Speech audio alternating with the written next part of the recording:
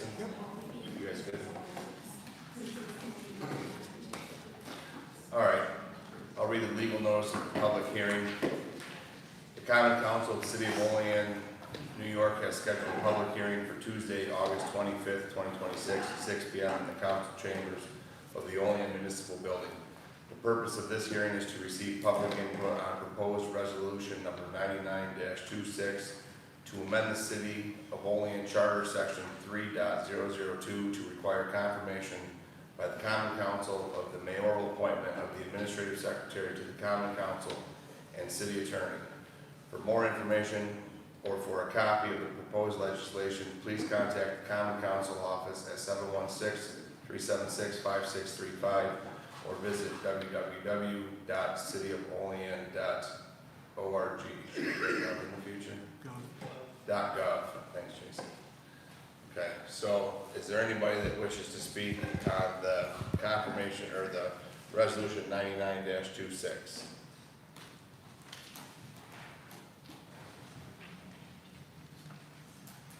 Anybody else? Anybody? Not close the public hearing. Good with that, please? All right.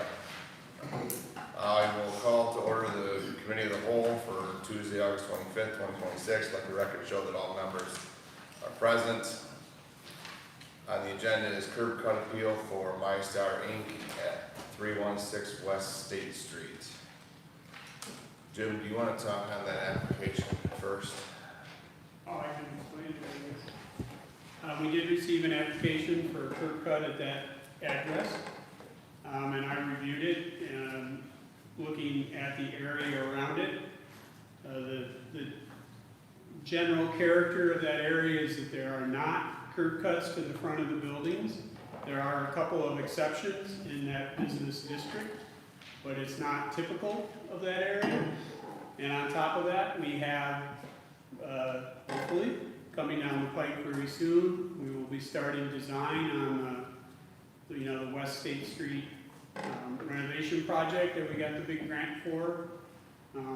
That's intended to make that area more pedestrian friendly, more multimodal transportation friendly. So, my opinion was that putting another curb cut in there and having a location where vehicles would be crossing the pedestrian path was not really in keeping with the character of what it is now or what it's expected to be in the near future. Okay. So my understanding talking to the applicant was that they want to be able to put equipment through the front door off of the sidewalk because it's former John Ash dry cleaners and weaving in the back, so they want to put that. As Jim said, but there are several in that area. There's a store directly across the road that has the same curb cut to an overhead door. There's one just down the street that has the same thing, and all curb cuts cross the pedestrian right of way. This particular building does not have a driveway into the front like the other ones were. So that's why they are appealing it to the Common Council. I don't see them here, so they said they were coming, but they did kind of give me the synopsis, so it's just requesting the appeals process on that. So if anybody has any questions. So I know what we're talking about here, but I was trying to pull up the picture. I cannot remember, I was trying to pull up the pictures. Did they adjust the front door? No. So that would be my only question, what kind of big equipment's gonna go through that door then? Because it's just a regular sized door, right? There is no door. In the front of John Ash? There is a man door. They want to install on the right-hand side of the man door. They wish to put in an overhead door, and he can speak to it himself. Kevin, we're on your appeal. Kevin, we're on your appeal. Okay. So he's wishing to put an overhead door to the right of the man door, and I'll let Kevin explain. Jim just explained why it was denied for the characteristics of the neighborhood. Then you can state what you're doing. Okay, so Obviously, it's a commercial building. Up and down West State Street, you'll have like Acme Business right across the street from us. They've got a garage door that they load equipment in and out with a fork truck, things like that. Down the road at the Cabinet World, they do the same thing. They actually unload trucks right from the middle of the median, and I'm not trying to request this, and hopefully it doesn't deter any of these other businesses from doing anything, because it's good to have businesses that can function and operate how they need to in these old-timey buildings where you don't get the closet size that you want in your bedroom, right? Like, you have to work with what you're given. And so we're trying to work with what we're given. We went to code enforcement. They requested that we get an engineer to sign off and make sure that the building could handle a garage door in the front. It'd be nice to be able to wheel customers' lawnmowers outside.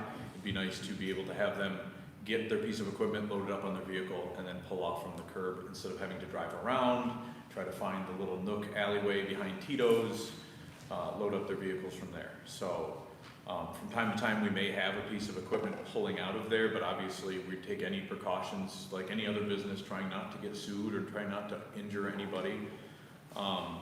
The business to our right is Tito's Pub. I think is open sometimes 3 times a week. So it's one of those things, and they're only open after we're closed.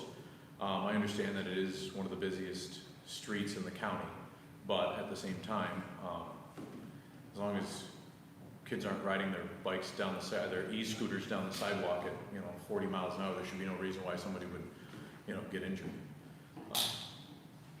Pedestrians in front of that building got injured more on e-scooters because they would hit pedestrians as they were trying to leave this building in the past. Just on your door, please. So, all right, questions for Kevin? Sorry. So as we face the building, you're looking to have it placed, the door is here to the right, correct? We're looking to put in a 12 by 12 to the right-hand side of the building. If it's feasible to put a 9 by 9 next to it to allow for smaller things, that's why we're going for the largest curb cut the city was allowing for. Because either way, I think it's 12 in residential and up to 24 for commercial, if I remember correctly. And either way, 12 takes up just over a park. You'd lose 2 parking spaces by putting in 1 spot. So taking 24 would knock out the 2 parking spaces and no more. So. And those parking spaces would effectively just be eliminating parking spaces that your customers primarily use. Although there's a variety of other shops in that area, those parking spaces would be right in front of your business. Correct, and if they were loading or unloading, I mean, that wouldn't violate any parking ordinance as far as I'm aware, and that would allow them to unload and be able to pull in. Our intent would not be to have customers pull in up on the sidewalk, blocking the sidewalk to unload. It would be to, worst case scenario, pull up into the set approach on the side, perpendicular to how it would be arranged. Anyone else? There is a tree there now, right? There is a tree, and it sometimes blooms. But we would be looking to get rid of the tree. Correct. I think anything we did would have to eliminate the tree, and I feel after speaking with as many people as I've done research in this project, minus an actual forester, which obviously the city also does not have, that tree, the old owners stated that the tree every 3 or 4 years would bloom. So that's, and so they actually thought it was dead when they sold me the building. So I assumed I would have to remove said tree, and I'd be removing the tree as well. So with your door, or your curb cut rather, I know when we talked, are you trying to make it large enough for an actual vehicle or just large enough to get some of your equipment in and out? Probably large enough to get a vehicle, because some of the pieces of equipment could be as large as just under the size of a vehicle. So. Okay. Anybody got anything else? Dave, are you waiting? I guess after getting more clarification of what's going on, we're trying to get businesses to stay in Olean, come to Olean, and he is operating the business down there, and I'm in favor of the request. So I think that we should be business friendly and support his curb cut. The curb cut request was for 12 or 24, Jim? I don't, sorry. I would have written on there whatever the maximum allotment on the application was. the application is pretty, it's instructions with application. So I don't know what you need. If you need a motion, I'd be willing to make a motion to approve this. As requested on his application, because we don't have that here.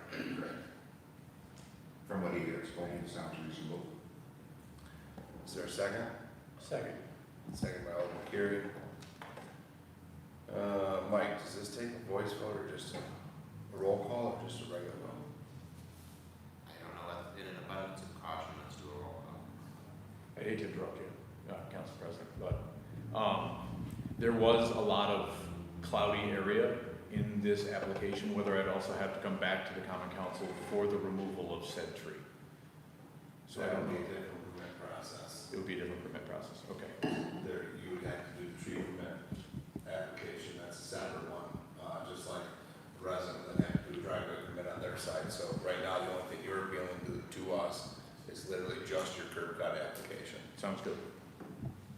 So there's a motion and a second to approve his permit. Are you reading this, Lens? Or do you need me to do it? Yes. Alderman Carey, Yes. Alderman Foley, Yes. Alderman McCall, Yes. Alderman Crawford, Yes. Alderman Anastasia, Yes. and Alderman Benny. Yes. Motion carries 6-0. Very good. All right, nothing else. I'll make a motion for adjournment. Here, second. All in favor? Aye. Opposed? Closed. I will call to order the regular meeting of the Common Council for Tuesday, August 25th. Clerk, will you please call the roll? Alderman Carey, Here. Alderman Foley, Here. Alderman McCall, Here. Alderman Crawford, Here. Alderman Anastasia, Here. and Alderman Benny. Here. Please rise for the invocation and pledge.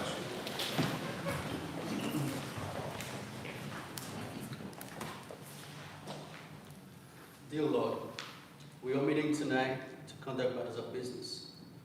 Guide our hearts and our minds in the spirit of fairness, right thoughts, and speech.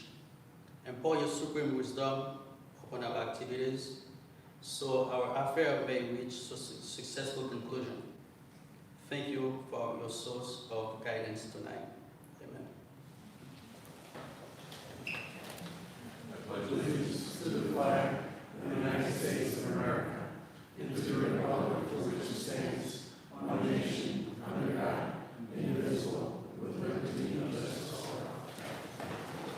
all. Reading, correcting, and approval of the minutes of the previous regular meeting.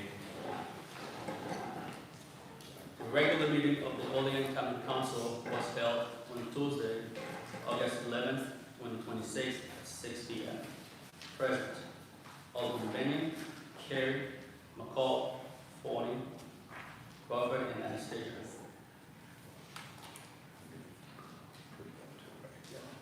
I'll make a motion to approve. Can I get a second?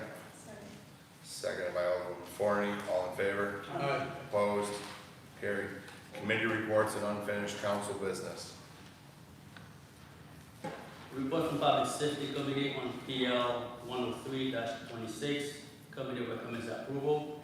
Refer to City Attorney for resolution.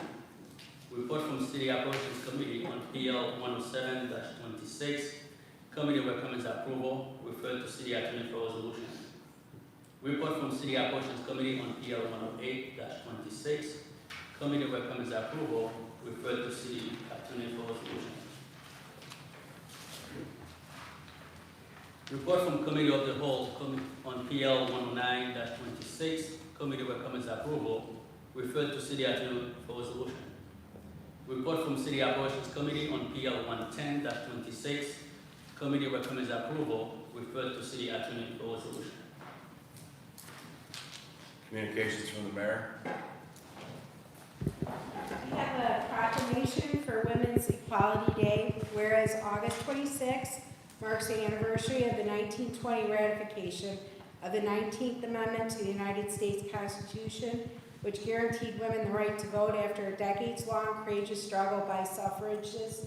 And whereas Women's Equality Day celebrates this historic milestone, while recognizing that true equality requires continuous effort to ensure full representation, economic security, and the equal opportunity for women in all facets of life.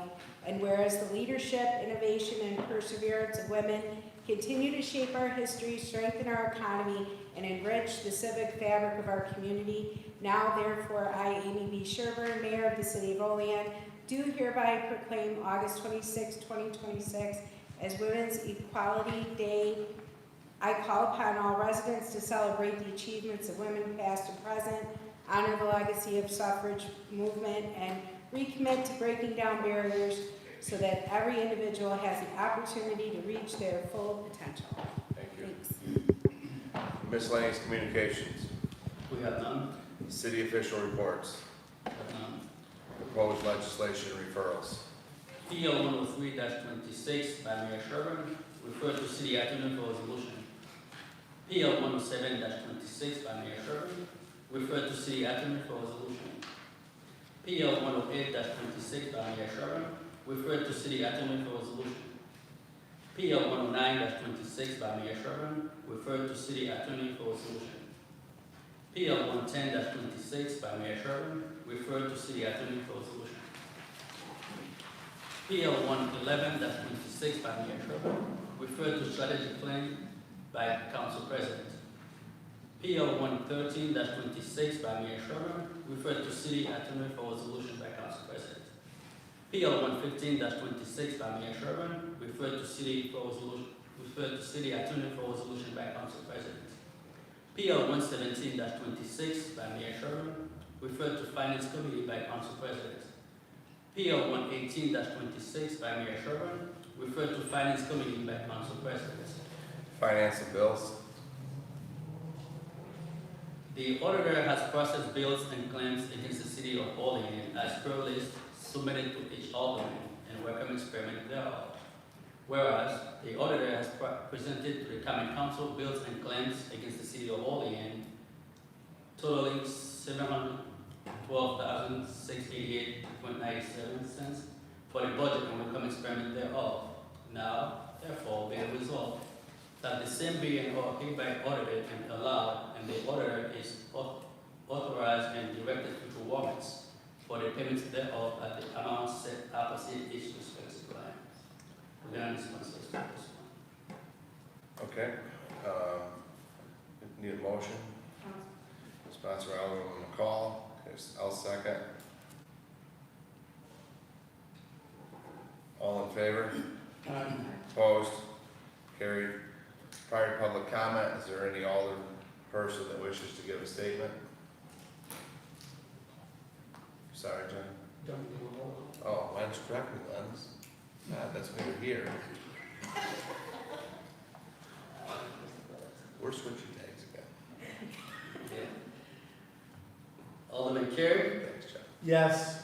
Alderman Forney, Yes. Alderman McCall, Yes. Alderman Crawford, Yes. Alderman Anastasia, Yes. and Alderman Benton. Yes. Motion carries 6-0. Now, is there anybody that wishes to give a statement? Okay, Okay, I will. okay.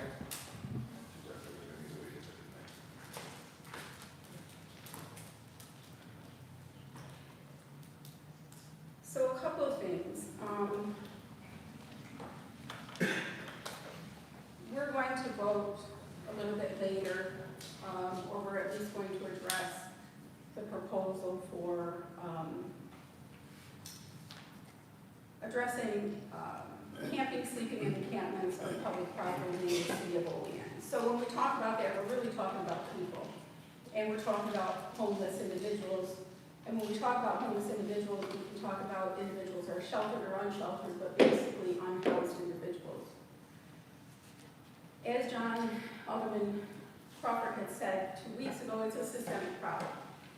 We are not going to solve it. The federal government has struggled for years.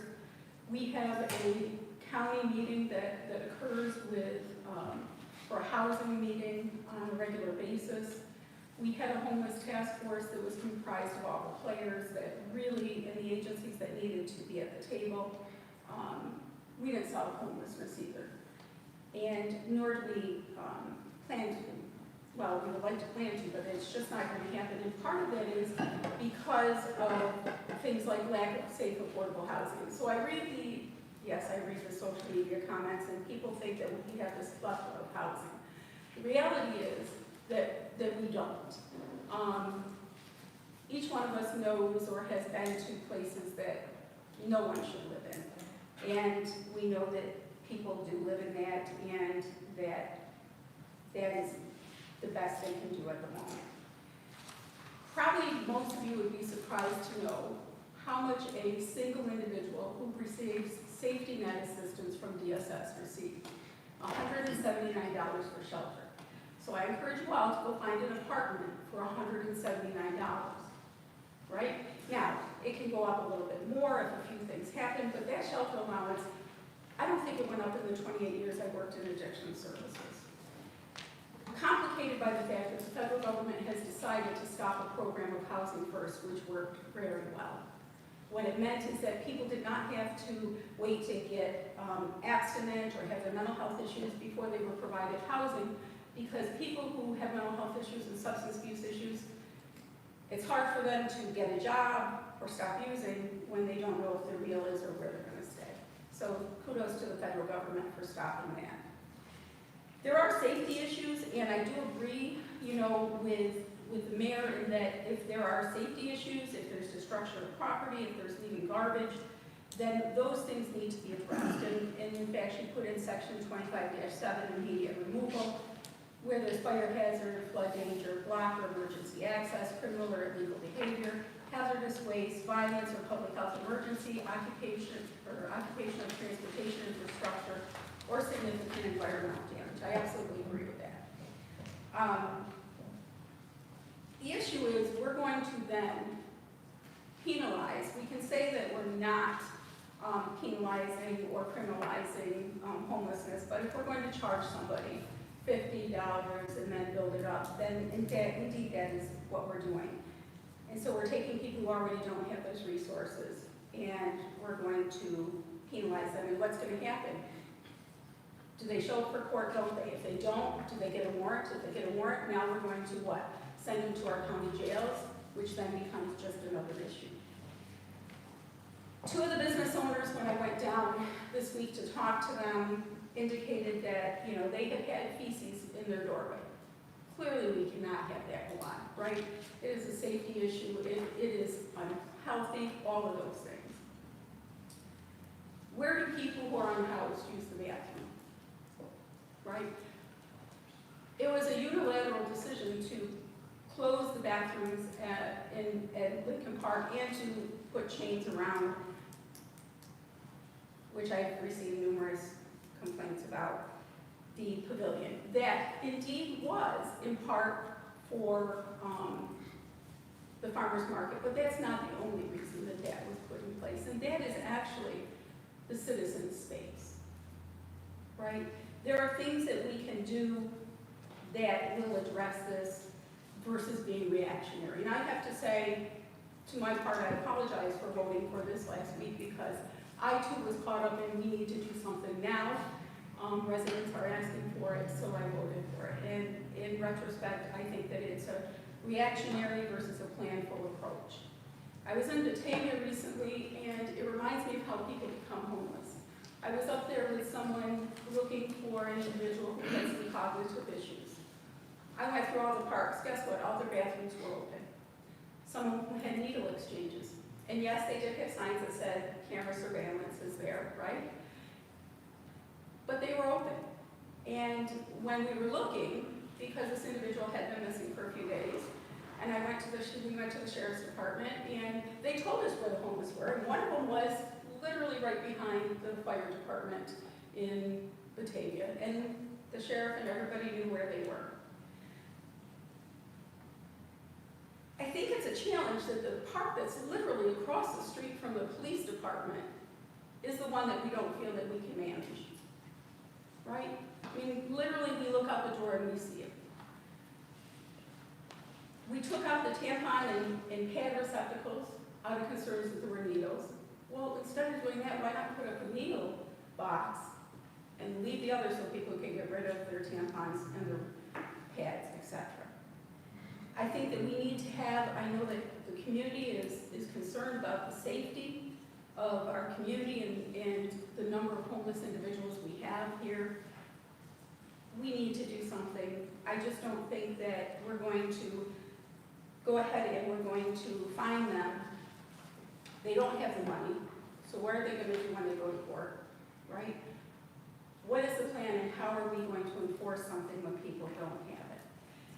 One of the other concerns that came up to me with cordoning off the pavilion is that the concert goers, it wasn't taken down for them. The mayor had responded, which I appreciate, stating, that there were concerns and ongoing issues. I have a thought, and that is, one, I would encourage us to go back to doing some community policing and having the police walk down Union Street, maybe twice a shift. I think that actually will get rid of a lot of the issues that our businesses are having. I think if we visit the parks, right, that presence will help that. I don't know if everybody knows, we really have one shelter. And just so you know, you can't just go to the shelter, there's a process. We don't have like a Buffalo shelter where if you're unhoused, you can just go there. It doesn't happen that way. If you need to, you're gonna go to social services, you're gonna sit there, they're gonna ask you a variety of questions, which they absolutely should, and they are gonna try to determine, is there anyone on the face of this earth where you can go? Can you go to Texas to stay with a relative? If so, they're getting you a bus ticket, right? And then maybe you get to go to Genesis House if there's openings, or you get to go to a hotel if there is. We don't have, I think people think we have all these resources. The reality is that we don't. And the resources we have are limited and people are doing the best they can with it. And you just can't go somewhere. So where do people go who don't have housing, right? If we say you can't go in all these spaces. Now, we could be creative, we could set up there's all kinds of models out there. I don't want to be crucified for making one suggestion for them, but there's all kinds of models out there. Do we need to do something? The answer is absolutely yes. I agree with the mayor on that. I agree that if there are immediate issues that we do need to do that. I agree we need to coordinate with the social service providers. I believe we need to reinstate the homeless task force. And I don't have the answers to ending homeless, right? Just so y'all know. But I have run homeless housing programs before. I have seen success with that. I think that we need to, I have this mug that I use all the time, and it says in the world a joke needs to be a dollar. And I think that that is very much like what we talk about when we talk about what does it mean to be a Christian, what does it mean to be someone who cares about others. So I would encourage us to rethink what we need to do to meet the city's needs, but also the individuals who are struggling. Thank you. Dave? Yeah, I was gonna wait until the resolution came up, but since, thank you, Sonny, for bringing it up now. I agree with what Alderman Crawford said 2 weeks ago. It's more of a national, statewide problem than a local problem, and yes, we do have a problem here.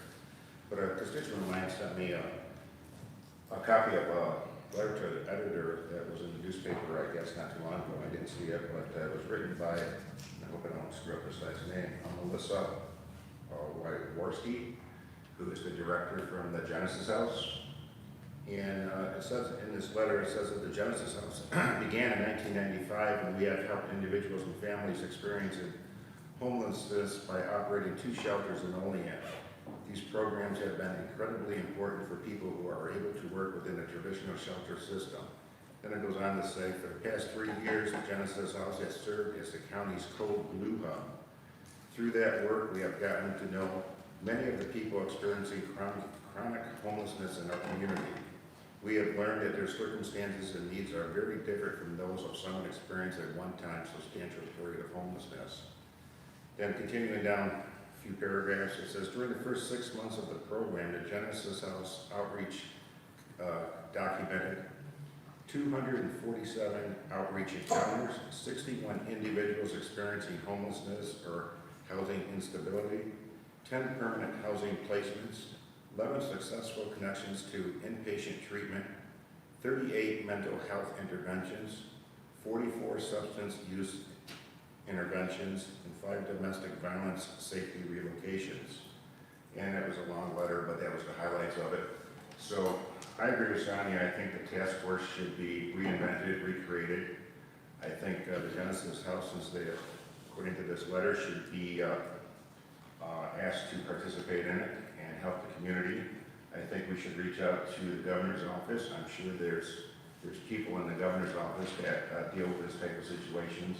And yes, there is probably help for these individuals. But as Sonia said, in the resolution under section 25-9 penalties, for a first violation, it's either going to be a warning or a $50 fine. Then it goes to a $100 fine, $250 fine. Well, if they don't have if they're homeless, they're living on the streets, they don't have an address, I'm sure they don't have $50 that they can give the city because they decided to sleep on a park bench. They need help. And I don't think this resolution is the answer to helping them. I think that they probably should create this task force and get some experienced people out there that know how to deal with this problem. That's just my opinion, but I'm not an expert in this.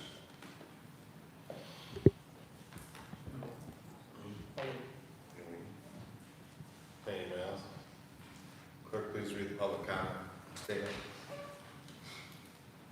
The public comment portion of the common council regular meeting is established to provide members of the community with the opportunity to publicly state their views, voice their concerns, or to provide input pertaining to any issue affecting city government. Additionally, the mayor, common council members, and city department heads encourage personal questions like them at their offices. If anybody wishes to speak, you'll have 3 minutes. Please approach the podium and state your name and address for the record. Debbie Sandberg, 720 Bishop Street, Olean.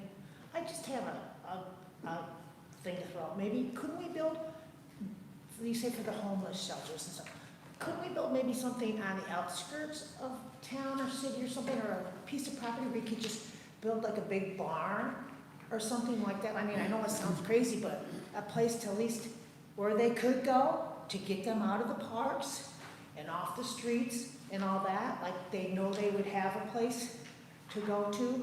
I mean, that's just one suggestion. I mean, I'm sure there's somebody out there that might have a piece of property, or the city could find something to build. I mean, nothing expensive, but just like, you know, you got over here and they're sleeping underneath that, something like that might satisfy the people, because I know a lot of the homeless, they don't want help. They don't want authority, they don't want to have to abide by rules, so it's tough to try to find help for people that don't want to be helped. But I'm just suggesting maybe there is some place, a piece of property or something where they could build, someplace where the homeless know they could go to and stuff, because I know the streets are not safe anymore and it's getting pretty scary out there. I know that. When I was younger, I'd walk these streets till all hours of the morning. I'm 70 years old. I don't dare walk around the corner to Seneca Street, at least underneath the bridge, little underpass thing they put there by the railroad tracks. It scares me. But that's just my suggestion.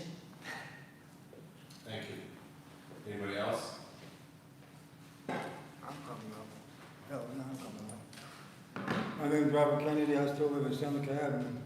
But you just sit here and say that you don't think there's a homeless problem in Olean. I didn't say that there wasn't a homeless problem. We're not going to dialogue that. Towards the general public, please, not alone. I'm just blown away by this. I certainly hope that this measure is passed. This is crazy. I mean, there's seriously a homeless problem here. I can show you hundreds of pictures of the trash that's left throughout our community. I'm out here every damn weekend picking it up. I can show you hundreds of them. I can show you hundreds of needles that was just picked up last Saturday. There's a drug problem in Olean. There's a homeless problem in Olean. These two are actually correlated. You know this. We all know this. They're coming through CARES. They're coming from other counties for CARES because we have a methadone clinic here. This is no secret. I mean, come on. We need to get this city cleaned up, and I'm not going to give up. If y'all want to give up on the city, y'all can sit there and say we don't need this. But I personally refuse to give up. Have a good day. Anyone else?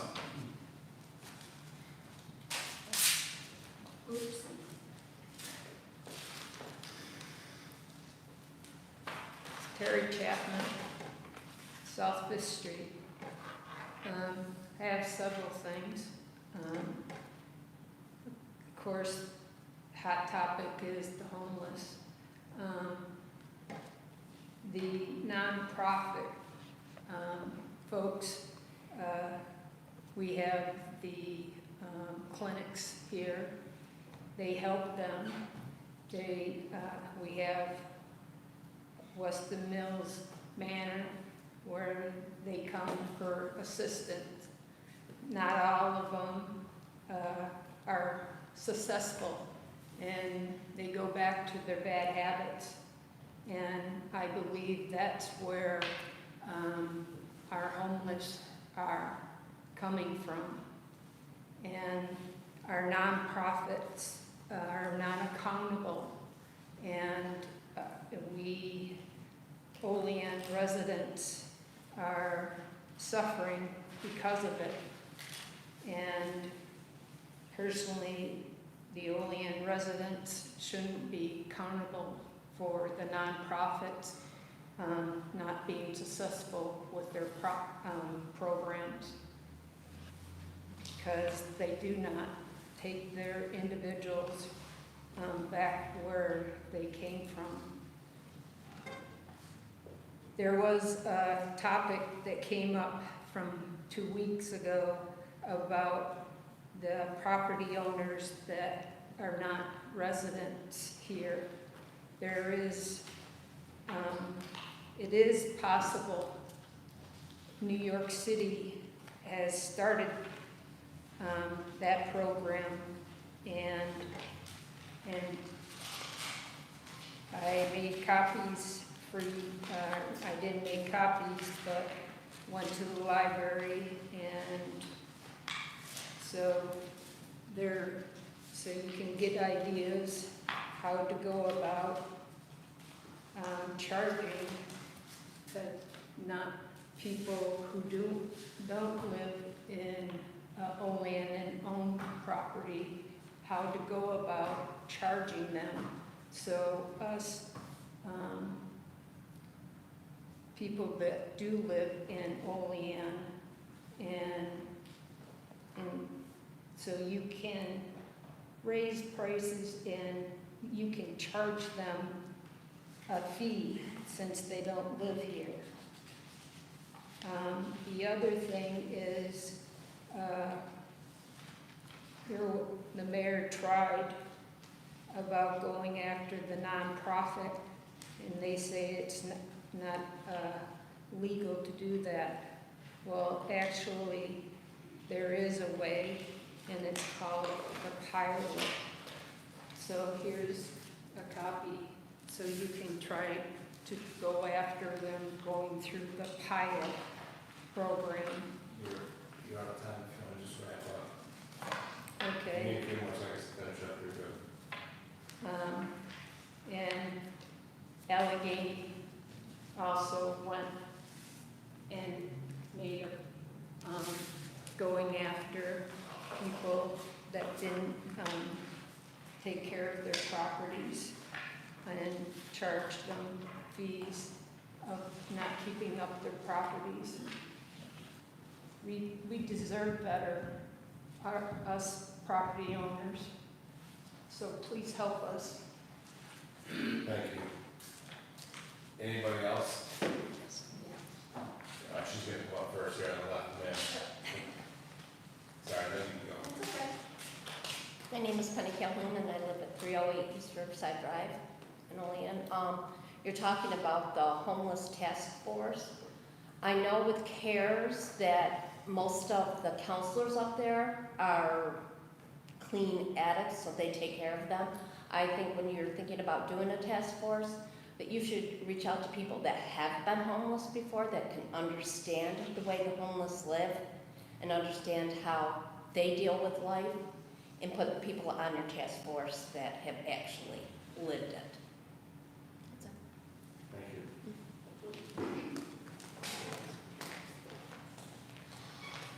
Hi, I'm Patty Blue, 1105 West Sullivan Street. Just a couple comments. I don't feel as though asking for this new law to be in effect is targeting people who need help, or who want help, I should say. This is targeting the people who do not want help, who are littering our city. And what we're asking is to put structure in place. And yes, you're right, they don't have $50, but they can do community service work in lieu of $50. You either pay the $50, come to court, pay $50, or do 2 hours of community service work. So there is ways to hold these people accountable. It is thinking outside the box.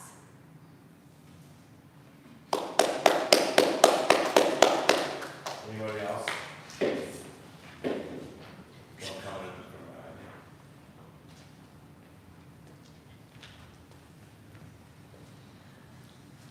My name is Dana Ferragangelo. I live over on Genesee Street. I too have been out helping the homeless, talking with them, and trying to get them the help that they need, pointing them in the right directions.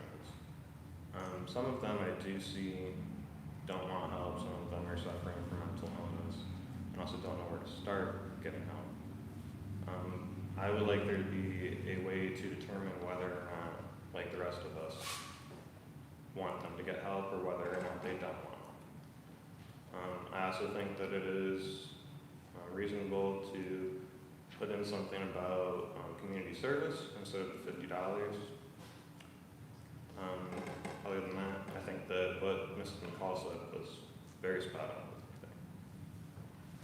Thank you. Thank you.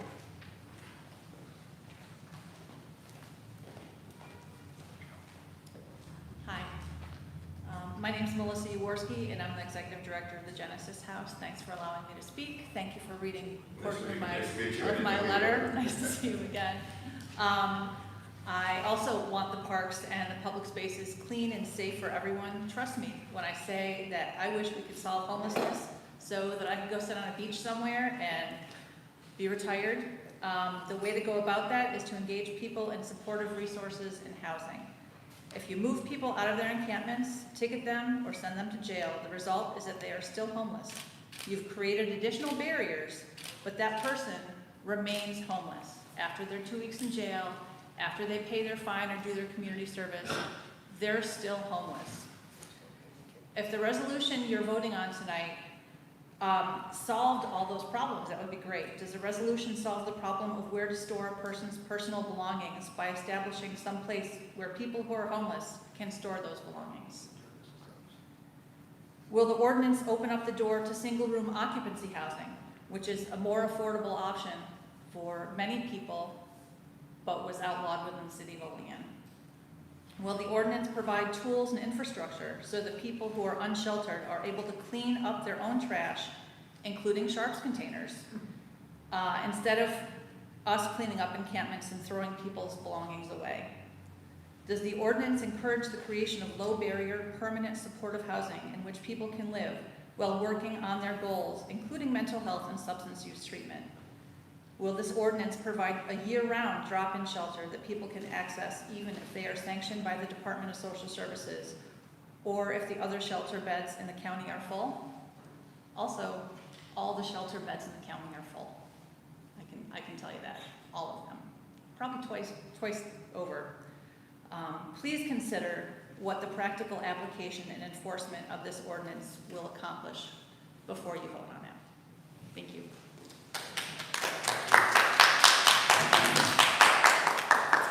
Anybody else?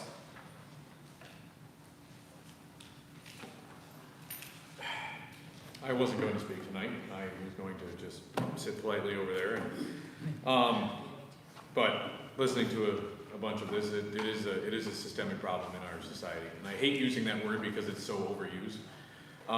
But there's a reason that people also use the term the good old days. I'm not saying the past was better. Oh, I'm sorry, Kevin Doherty, 615 West Sullivan Street. Apologies. The good old days were better in certain regards. The old days were nicer because when people had flagrant disregard for the laws that we put on the books, like don't murder, don't leave your needles in the park, don't kick somebody half to death and send them to ECMC, which is something that just recently happened. we would punish them with an iron fist. They used to get the death penalty. We would hold people accountable for the things that they do. Now, I'm not saying that everybody who leaves a needle in the park deserves the death penalty, but they need to be held to account. And accountability is one of the biggest problems in our society nowadays. And so to solve a problem, we need to, and I understand that the police department is held, they're held to a higher standard, but the state and the federal government, and the state more so than the federal government, has their hands tied. And they can't do anything without giving people just an appearance ticket. And there's a lot of issue behind that, and I think anything that we can give them to sharpen their teeth so they can take a bite out of this homelessness problem and this crime problem, I think is better than just sitting by and doing nothing. And while I am a little government guy, I think that we need less laws on the books. I think something here has to be done in order to protect our citizens and clean up our community. Thank you.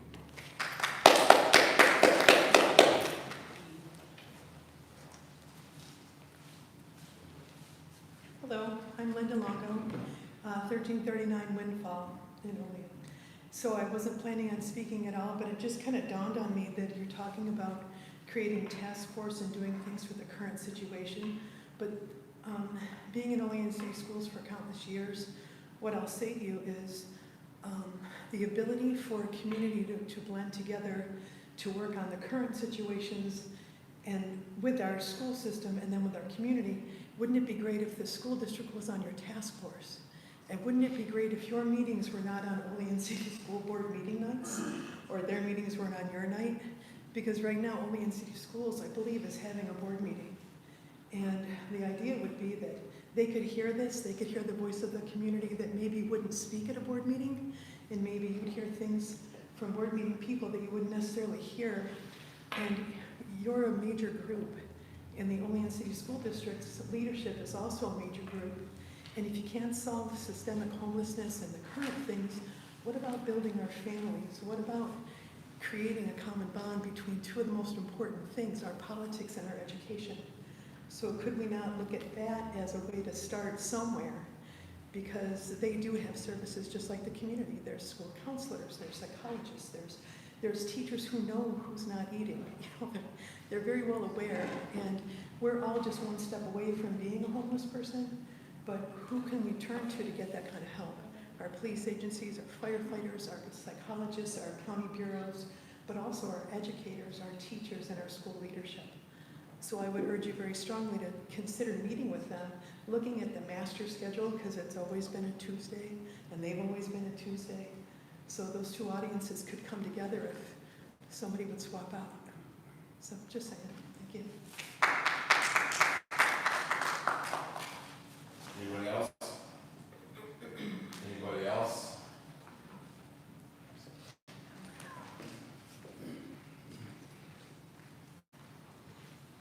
My name's Lori McCarthy. I live on 12th Street. I wasn't really going to speak tonight, but I was in Salamanca today and talking to somebody. She was telling me how they had a group down there who bullied and drove any homeless people they had down there out of town. I mean, they did it by bullying. I really think it's important to keep in mind, aren't we supposed to be a community of Christians? And we need to be treating people in a Christian manner. Yes, we have a major problem. What Sonia had to say was very important. I think we need to be working with Genesis House, setting that committee up, getting that reset up, the housing, the Committee on Homelessness. We need to have people who know what they're doing, making these decisions and making these suggestions. Not people just assuming that everyone that's homeless out there is homeless because they want to be. They don't want help. You have to work with each person individually. If you've got 100 people, you've got 100 different stories on why they're homeless. We need to be working together with people who are experts. Genesis House is having success with their new program they've been working on for a few months now. I think they need to be consulted, included in all this stuff. And we need, and like someone suggested, talk to people who were homeless. They have a better insight into that than any of us do. So again, I think the important thing is here, keep in mind, we are supposed to be Christians, and unlike the trend this country has taken recently with hatred, we need not to fall into that trap. Let us get back to helping each other and caring about each other like God intends us to do. Thank you. Thank you. Anybody else? Anybody else? If not, public comment is closed. Resolutions? Resolution 99-26, PL 97-26 by Alderman Benyon, seconded by Alderman Kerr. To amend the City of Olean Charter Section 3-002 to require confirmation by the Common Council of the mayoral appointment of the administrative secretary to the Common Council and City Attorney. This was brought up and discussed. Is there any discussion? Seeing none, please call the roll. Alderman Kerr, Yes. Alderwoman Foley, Yes. Alderwoman McCall, Yes. Alderman Crawford, Yes. Alderman Anastasia, Yes. and Alderman Benyon. Yes. Motion carries 6-0. Resolution 104-26, PL 108-26 by Alderwoman McCall, seconded by Alderman Crawford. Resolution approving a commercial property improvement program loan to a local business. Again, discussed previously. Any further discussion on this? Seeing none, will the clerk please call the roll? Alderman Kerr, Yes. Alderwoman Foley, Yes. Alderman McCall, Yes. Alderman Crawford, Yes. Alderman Anastasia, Yes. and Alderman Benyon. Yes. Motion carries 6-0. Resolution 105-26, PL 109-26 by Alderman Benyon, seconded by Alderman Kerr, to amend the City of Olean Code of Ordinances, repeal and replace Article 25, Section 25-5, to establish regulations governing camping, sleeping, and encampments on public property for the City of Olean. Discussion? John? Okay, thank you. Okay, so, sorry, I'm long. Over the past several months, even years now, we've seen a lot of discussion in our community about the increase in homelessness in Olean. And I think everyone can agree that it's gotten worse. That's exactly why Alderman McCall and I worked with previous administration well over a year ago to create the homelessness task force. So just to clarify, and just based on some of the comments tonight, it seems that maybe the community's not aware that it was created and has members from Casa Trinity, Department of Community Services, Department of Social Services, our code enforcement, common council member, the fire department, police department, Connecting Communities and Actions, the Genesis House, Greater Olean area churches, the Olean City School District, Olean General Hospital, St. Bonaventure University, as well as SUNY JCC. But before we vote on this proposal, I think we need to recognize three things. And this is, you're going to get a bit of a history lesson here. How we got here, and where our approach so far has fallen short, and what Olean can actually do about it. So first, despite some of the claims being made by armchair politicians on social media, the city council, nor any mayor, somehow caused this increase in homelessness by investing in parks, walkability, or trying to improve Olean's housing stock. So let's try to deal with some reality. It's easy to sit behind a smartphone, rattle off nonsense in an echo chamber, and collect applause from the same handful of people. It's a lot harder to show up, to try to understand a really complicated problem, and to make difficult decisions and be accountable for the results. So let's look at some of the actual numbers. Cattaraugus County's point-in-time homelessness count more than tripled between 2021 and 2024. More recently, local agencies have reported serving almost 500 homeless individuals across the county over a 12-month period, with 74% experiencing homelessness for the first time, And this problem isn't unique to Olean. It has increased in small cities and rural communities all across the country. And every study that I've come across says it's only going to get worse. And like most complex problems, there isn't just a simple solution or cause to this. Let's consider mental health.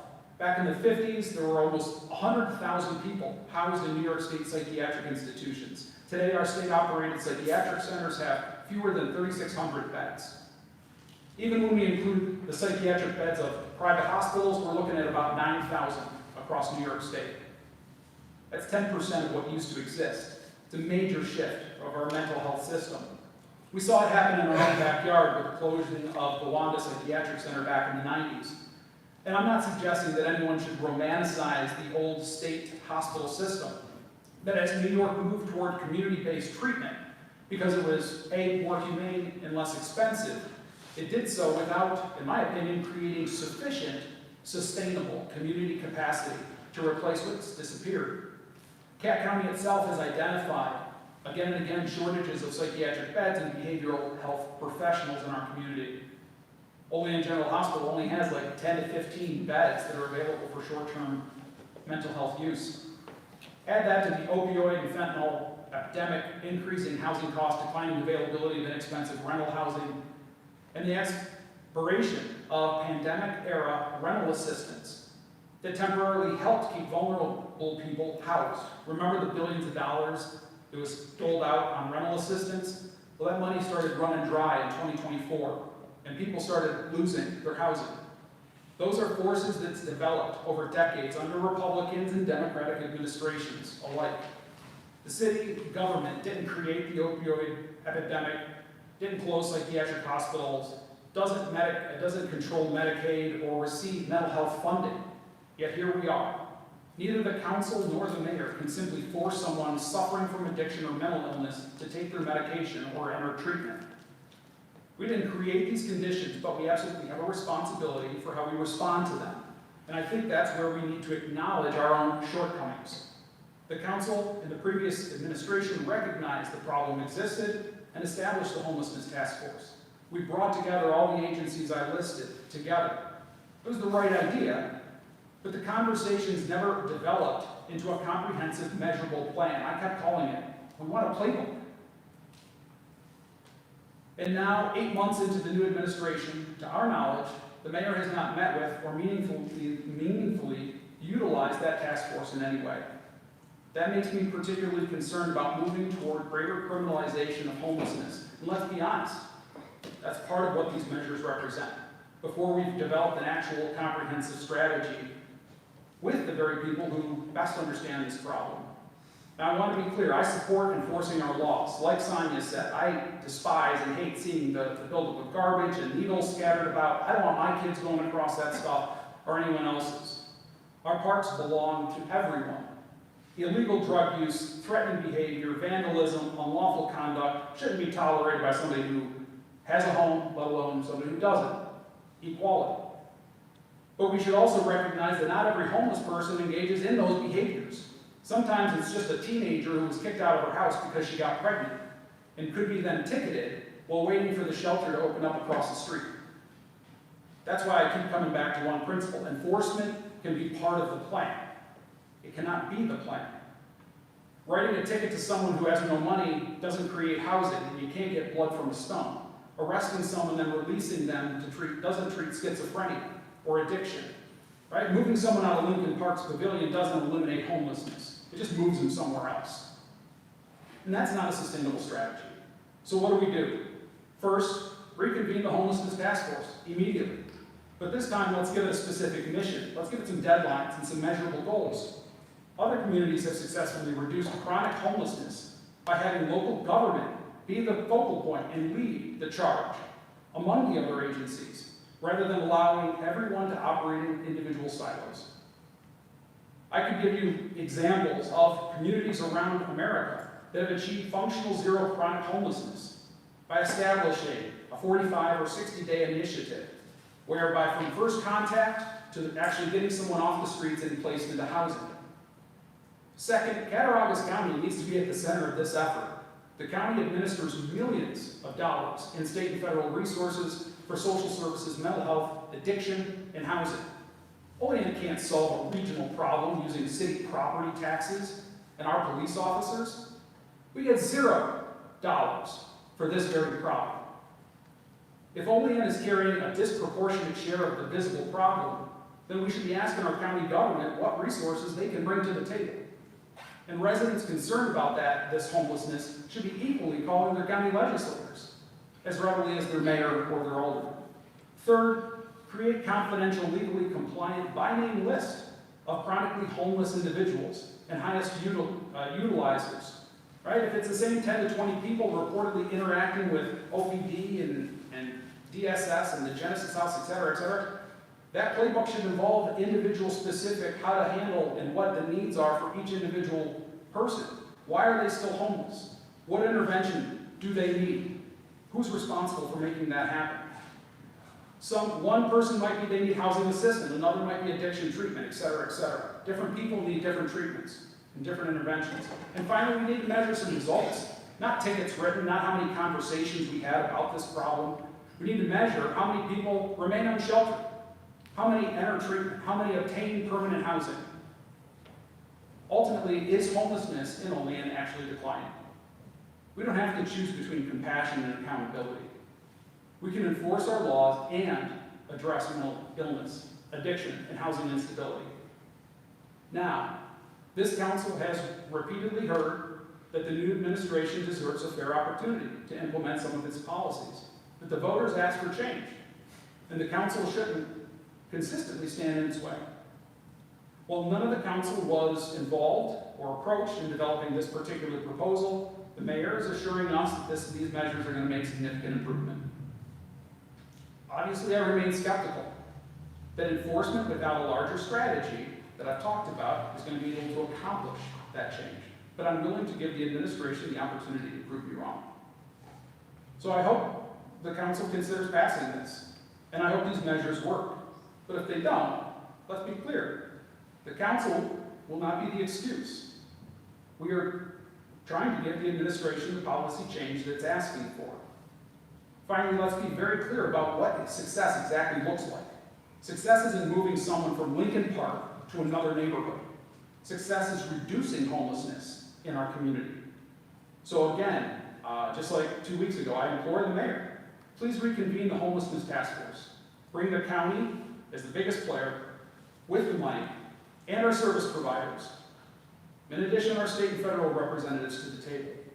Pull together a playbook that we've been consistently asking for the past year, and establish measurable goals that hold us all accountable for the results. Otherwise, I really fear that we're simply spending another year shifting homelessness around our community and prolonging the problem indefinitely. Thank you. Any other discussion? Do I have the floor to be able to speak, President? So, I don't have a statement. I'm going to speak from my heart as far as where I'm at this point and why I'm asking for this. Immediately when I stepped into office, this was one of my ultimate goals, to finally figure out what it is that we can do as a city. What can we do to help this problem, help the people? I started out with the thought of compassion first, but then obviously financial. Where would the money come from for any meaningful solution coming from the city? And with that, I thankfully had the help of Carrie getting me connected to have meaningful discussions with state officials on, as a city, what can we do to help this problem? Is there the opportunity, as one resident said, where we have a place where people can go? After lengthy conversations, several different agencies and meetings, I came to the conclusion that most of the money, if not all, goes to a nonprofit rather than a city municipality. There absolutely is no funding without that component. So then we have to look at what are we lacking? And we all know we're lacking the resources of people that are able to go out into the community and actually talk to them. Our police last year, as I campaigned, I spoke to them as I was building my plan. What I found was there were very few opportunities for our patrol officers to go into these encampments to help to see where they're coming from, where they need to go. We do not have any laws in place for encampment, and we know that sometimes the alternative to no choice is to make the right choice. I mean, if we have not set any guardrails in the past, it is my feeling that this is not a punishment, but rather an option that they move forward into finding out what their solution or path is going to be. Other municipalities in our area, the Seneca Nation, Salamanca, joined forces together in '24, created their own encampment laws very similar to ours, as did Jamestown. They recognized that that might actually be the path in order to get people that are using drugs, that are living in different areas of their community, the path that they need to get to the help. Now, as far as the $50 fine, we all know that when we give citations and the judge has the ability to make the choice for that particular individual, what might suit their payback to the community, and most times it is community service. And in that way, at least it gives them a shot at being able to be more responsible than what we're seeing at the moment. And I have to thank all the volunteers that are going out and doing this hard work. This is not easy. This is nothing that our city can even be able to tackle alone without their help. We do not have the resources. We do not have the people that can go out and continually clean. We're trying to be compassionate about this. But in the end, the goal really here is to set some guardrails that have never been set before so we can set our goals on what the next step will be. So the next step for me obviously was to go to the county. All of the state officials kept directing me back to our county DSS. I have had 3 separate meetings discussing what does our community need, what does our city need for resources to help this situation. And I really feel we're getting to a place where I think we've identified what we really need, which is a person that is on our team between the fire and the police to be able to go out into the homeless encampments and find out what the needs are, that are trained professionals that are able to guide them to the path of being housed, to the path of being able to fill out forms in order to get to that destination, their immediate health concerns. I mean, and ultimately, I have a duty, as well as this council, to the residents of this city that want to continue to enjoy the quality of life that we have always had, that we've always been able to experience, what we pride ourselves on.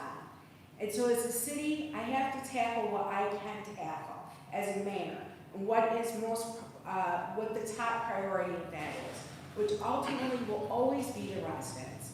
And then secondary, to support the nonprofits in our area so that they are successful. But I truly feel that the nature of this law is to get people on the path of where we feel they ultimately should be, to get the help that they need. And I'm an open door policy as long as I'm not in meetings to discuss this with any of our council members, our residents. But my next path forward after this passes is to work with DSS on what our city can obtain to be able to give us more resources to help this crisis, which in my estimation is really a health crisis. After seeing the pictures, again, that work is so difficult that, I think we can all agree we have to do whatever we can to help our volunteers, to help our city workers that have to face these issues. And I really feel this is the first step in making a significant positive change for the community. Thank you. So I appreciate many of the things that the mayor said. I think that we do need to address these issues, and I know that she had reached out to mental health and spoke with Mary O'Leary, with DSS, and you know, I think that those are the larger players. A couple of things that come to mind, Melissa had said, you know, a place for belongings. So, you know, one of the things is it says that you can't store your belongings for 24 hours. So there are models out there, and we might partner with a church, for example, and get them running them in, because one of the things, we did have St. Bonaventure involved in that, but it is also the mission of a lot of churches to address social issues. And so maybe we can partner with them, so if you can't leave your belongings on the front lawn of the city building while you're laying out there, that perhaps one of the churches would be willing to allow people to store their belongings during the day. Epic Church has put washers and dryers in place. I don't know if they ever got the showers in place, but the idea was that people who were unhoused would be able to shower. So I think that we have some basic things. I do agree with her that it is a crisis, it is a health crisis, it is a mental health crisis for a lot of the individuals who are there. I will tell you that the reality is that nobody says and wakes up and their goal in life is to be homeless and unhoused. So the people who we say choose to be homeless are often the people who have been failed by the system repeatedly, who have significant mental health issues and drug and alcohol issues. So I agree. As for the city, in terms of us having an outreach worker, I think that, again, we partner with the resources that already have outreach workers. And we strengthen their applications for state and federal grants, right? Because part of it is you have to show need. I know everybody knows kind of about the HMIS system that you put all the homeless housing individuals into, so we have that. I think that by the city coming to the table with the providers, it just strengthens that. Somebody said about maybe having a building outside the city. Well, one of the options that some cities have made is to have like a parking lot with tents that people can stay in, and they are safe in that. So I think, and that's why I was hesitant, because I didn't want to be crucified by anybody who was suggesting things, but there are models out there that keep the city safe. And by the way, they have porta-johns, right? Reality is people have to use the toilet. And I think that we link with them. So I like the fact that the mayor has had these conversations and is willing to have these conversations. I think that it is multifaceted, and you're right, we're not going to solve it, we don't have the money to solve it. Quite honestly, the county does either, but we welcome your money, please. We welcome the county's dollars, because one of the things we know is that Olean is the largest city, believe it or not, in Cattaraugus County. And sadly, while we don't have many services, we have the majority of the services, right? We have like literally one of everything, right? So I would encourage us to continue to work with those players to reinstate the homeless task force. Again, I do believe that we have the right people there. And to somebody's comment about having a homeless person on there, it had been brought up, a name had been brought forward, and somehow that person was never really invited to come to the table to talk about what it was like to be homeless. So I agree that there should be, and by the way, when you do things like homeless housing grants and stuff, you have to show that you have somebody who is currently or previously homeless in your sphere there. So I do think that there are some good things here. I appreciate the effort that has been put into this. I also like the idea that we could use community service versus fining. Although I will say, if you have significant mental health issues, sometimes it's hard to get to a job. And if you could get to a job, you probably would need to do community service. So I appreciate it. I think that we're closing in on a path. I just don't think that we have met it yet. Anybody else? Okay then.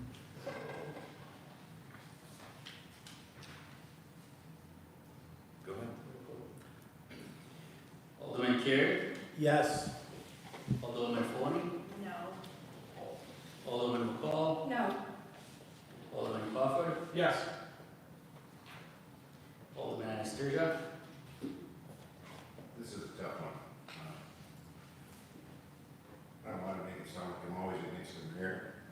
seems that that's meetings, we've had our disagreements.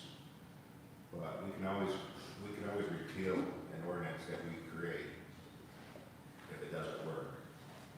So I'm gonna give you a yes vote there, and I hope it works.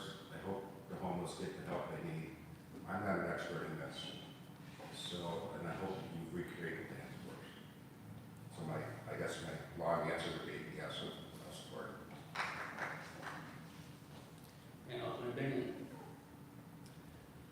I too am there on the side of caution and give a yes vote, but with that being said, I do believe that the legislation got the cart in front of the horse. And I think that you need to do the task force and come up with a plan moving forward, because I agree with many statements by everybody in the room. The yes vote just doesn't solve homelessness, it just pushes them down the street. The chains on Lincoln Park, they're just down the street. So I hope that this has a desired impact, and as Alderman Anastasia said, we certainly can repeal parts of it or the entire thing. So I'll give a yes vote and hope that it makes an impact.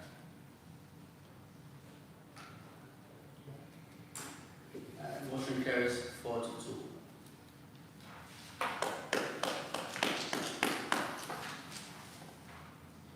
Resolution 106-26, PL 103-26, by Alderman McCall, seconded by Alderman Benyon, to authorize the removal of this 20-minute parking signage on North Clinton Street, east side, 95 feet north.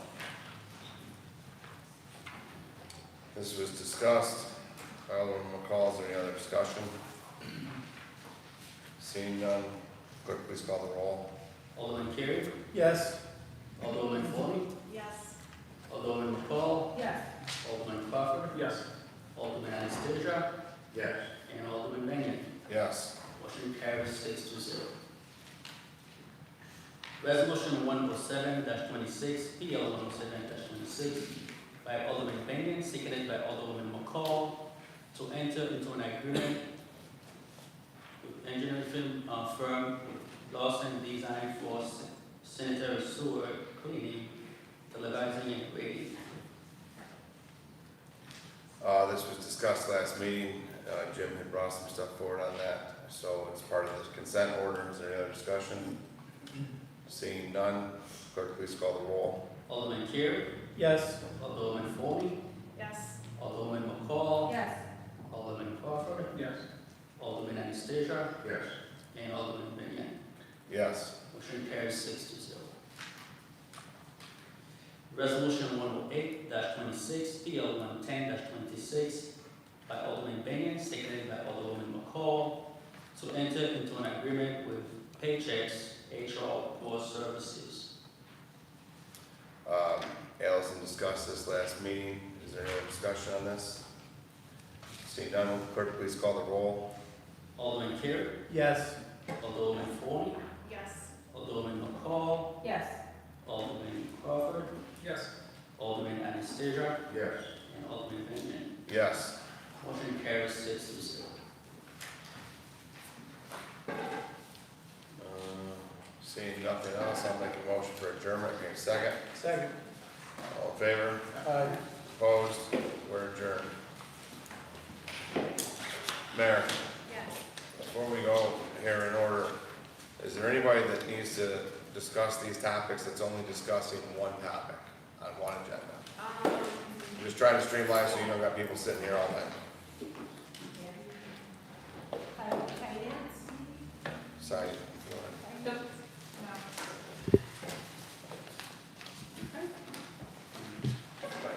Okay, I'll call to order the finance committee meeting for Tuesday, August 25th. Let the record show that all persons are here. Approval of the minutes from the previous. Len just said to me, if anybody from the public, it's just committees, there's no public interaction, it's just work sessions. So if you guys don't want to stay, you're more than welcome to enjoy the show, but there's nothing really of note. We do like people. And we're happy to see people here. We're happy to see you, but there's just nothing. Don't all run out at once, though. We know who you are now. You gave your names. We'll have ice cream. Oh, that's right, we'll miss the ice cream afterwards, Joe says. Okay, approval of the minutes from the previous committee meeting, as corrected, done right, so, okay. I'll make a motion, do I have a second? Second by Alderman Curie, all in favor? Aye. Opposed? Okay. So, under new business, we have PL 117-26, which I believe was the same PL from previous, correct? So the correction on that agenda is because 89-26 was defeated, that it had to be brought back up, and then just quickly, 118-26 was 90-26, which was postponed indefinitely, and once that meeting then closes, that basically effectively kills it. So both items are represented under new business and given new PLs, which you might remember them were under 89 and 90-26. Okay, questions about that? Okay, so 117-26 by Mayor Sherburne to authorize the city auditor to bond for the purchase of security cameras. So, Mayor, he has to speak to this just to refresh everybody's memory. Yes. So, I'm sorry, go ahead. So it had been defeated, right, and the bond had been postponed indefinitely, so this is a new PL. Also, the purchasing of the security cameras had been defeated, so we have a new PL on there. So just to kind of refresh everybody's memory in terms of, to bond for the purchase of the security cameras, who wants to kind of just briefly address that? All right, there we go. Yeah, we appreciate that. So basically, we're looking at the cameras for the city building.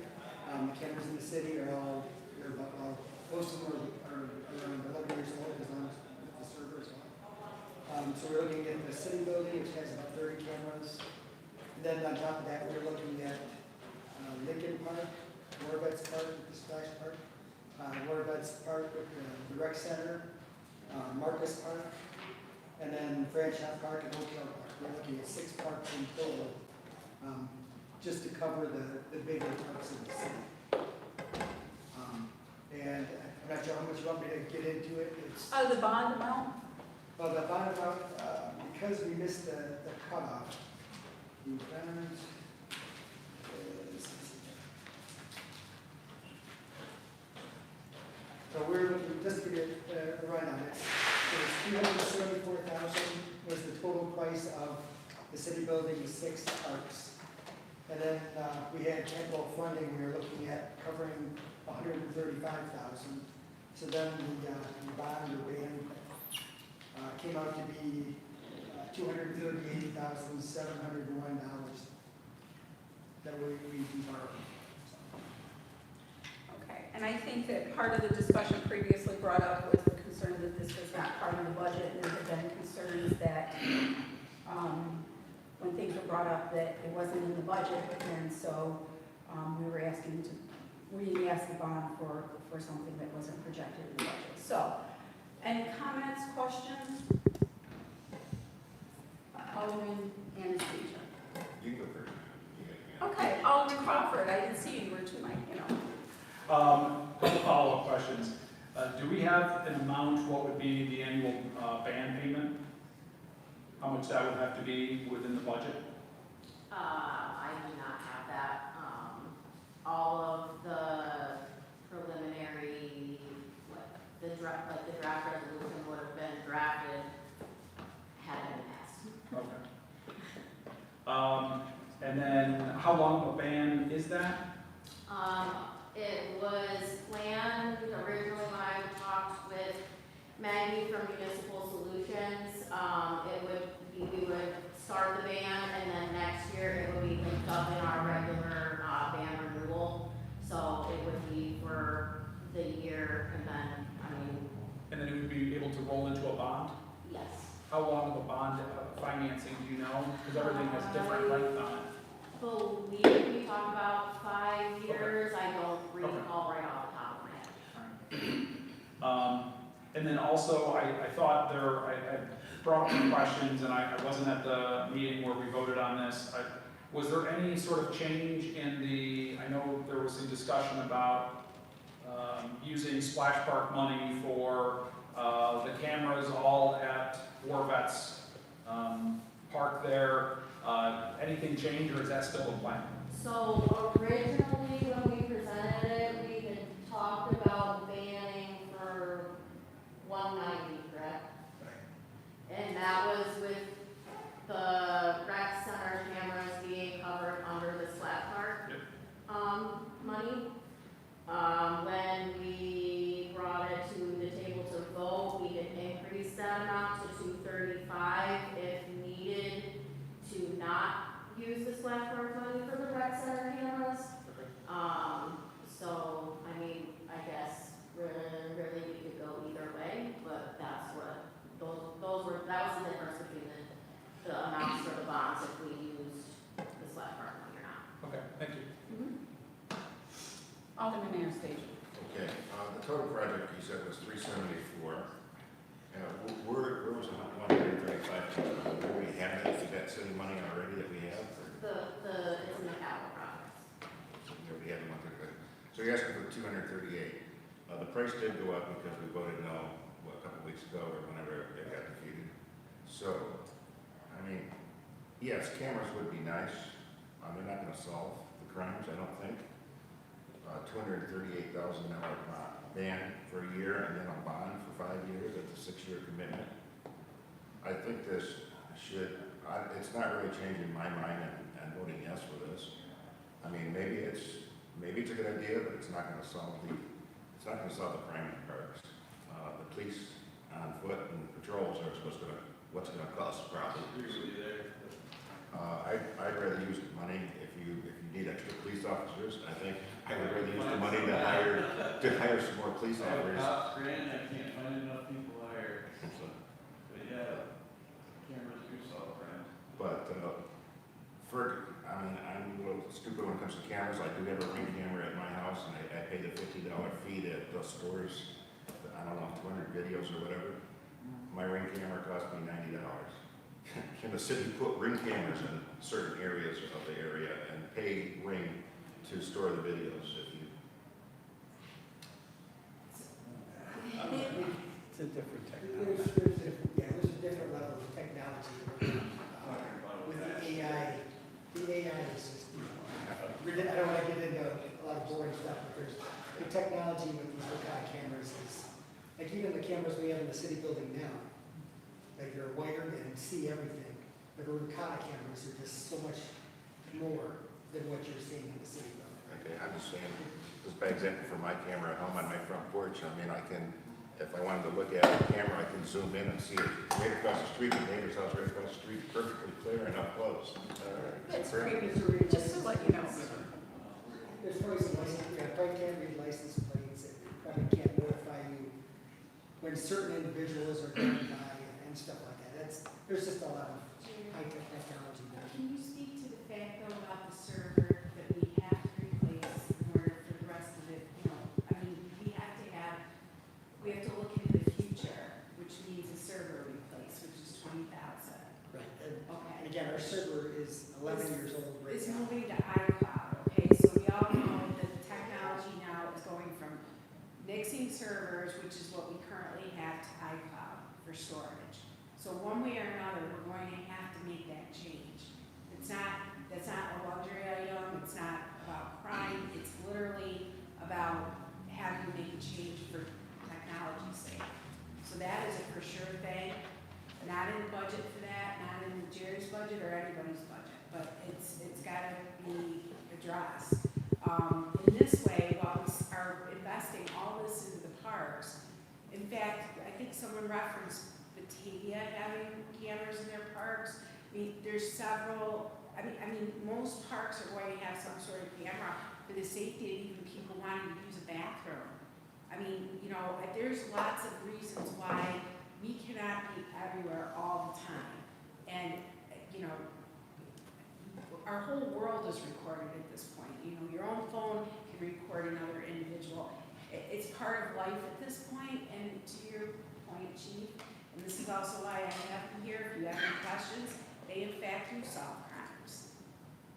Oh, I have nothing. We're talking about a vast area. A park is a pretty big area, your ring covers your Yeah, front it's a small door. area, yeah. We do use the rings, we'll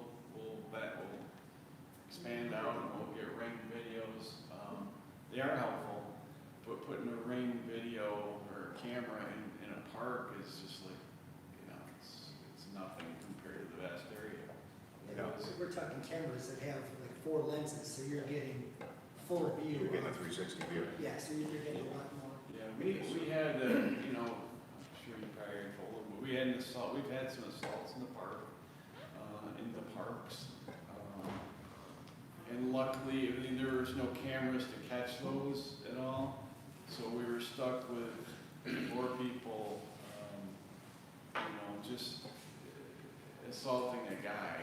And then we were fortunate enough to have one of our investigators track down somebody that had recorded it on their cell phone. And that led us to, making an arrest on that. But if we hadn't had that, I'd still be looking. It's such a vast area at 3 in the morning, and these cameras, they're night vision abilities, and it's just amazing what we can do with them. But, if you're a victim of a crime, you want us to do everything we can. If your son or your daughter is out in the park, you'd expect that, I think. Or if you pull into your parking space before 8 a.m. and have a woman come after you with a knife, that would have been nice if the cameras worked and it would have been recorded. I just had one more thing too, just like the mayor mentioned with the server being $20,000. That was also a quote, we started this 2 years ago, and I'm sure that quote is probably, there's a good chance that's probably double if we look at that solution, because the computer prices, RAM pricing with AI and everything, it's gotten ridiculous, so that price is most undoubtedly gone up, number one. And then, I know you might mention that, we don't have enough people to watch these cameras, but there are, like, part of the technology with it is you can actually watch, or you can put the app on your phone for this, so like whoever's on shift that day, and you can have notifications, like motion detection in the parks at night after hours, where someone shouldn't be. So there are ways to police without actually policing and, being on the scene with that. It just is another note as far as that goes. It's not that I'm against the camera concept. I'm just against the fact that we're 3 months into our new budget and it hasn't been budgeted. If you're saying you need a server, we have $135,000 in that capital fund. I would be more supportive of buy the server this year. Next year, put it in the budget for the cameras. I believe the police department does an excellent job. If you need more police officers to make Olean safer, because I think crime is hard in Olean, I think hiring police officers is going to be a lot better than having a camera mounted to a building. So that's just my personal opinion. So if you want the server, or if you say it's a desperate need, I would be supportive of that. I think the camera should be put into the budget, which we will be talking about coming up shortly. Time goes by fast. We'll be in February, we've been talking about the new budget. I have money to hire cops.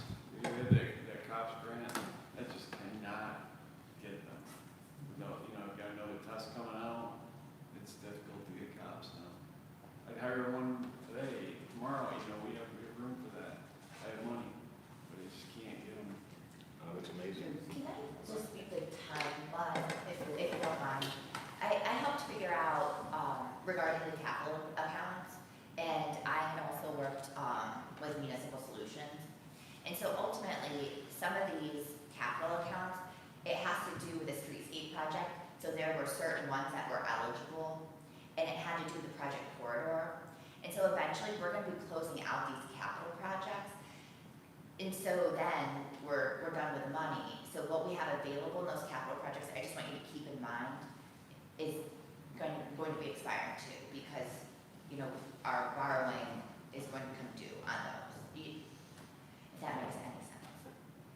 So the cost is covered by them currently, but next year not. Yeah, we're not going to have that money yet. Have to bond for a higher amount at that point. That was sort of what Carrie worked on with Jerry to figure out what completing projects. Also, if I can, the money, the $135,000 in the capital projects that we have on hand, the server would not be an eligible expense for those funds. Because it's not a project corridor. So just to go back, so before we were gonna bond for 190,000, now 280, or 238,7.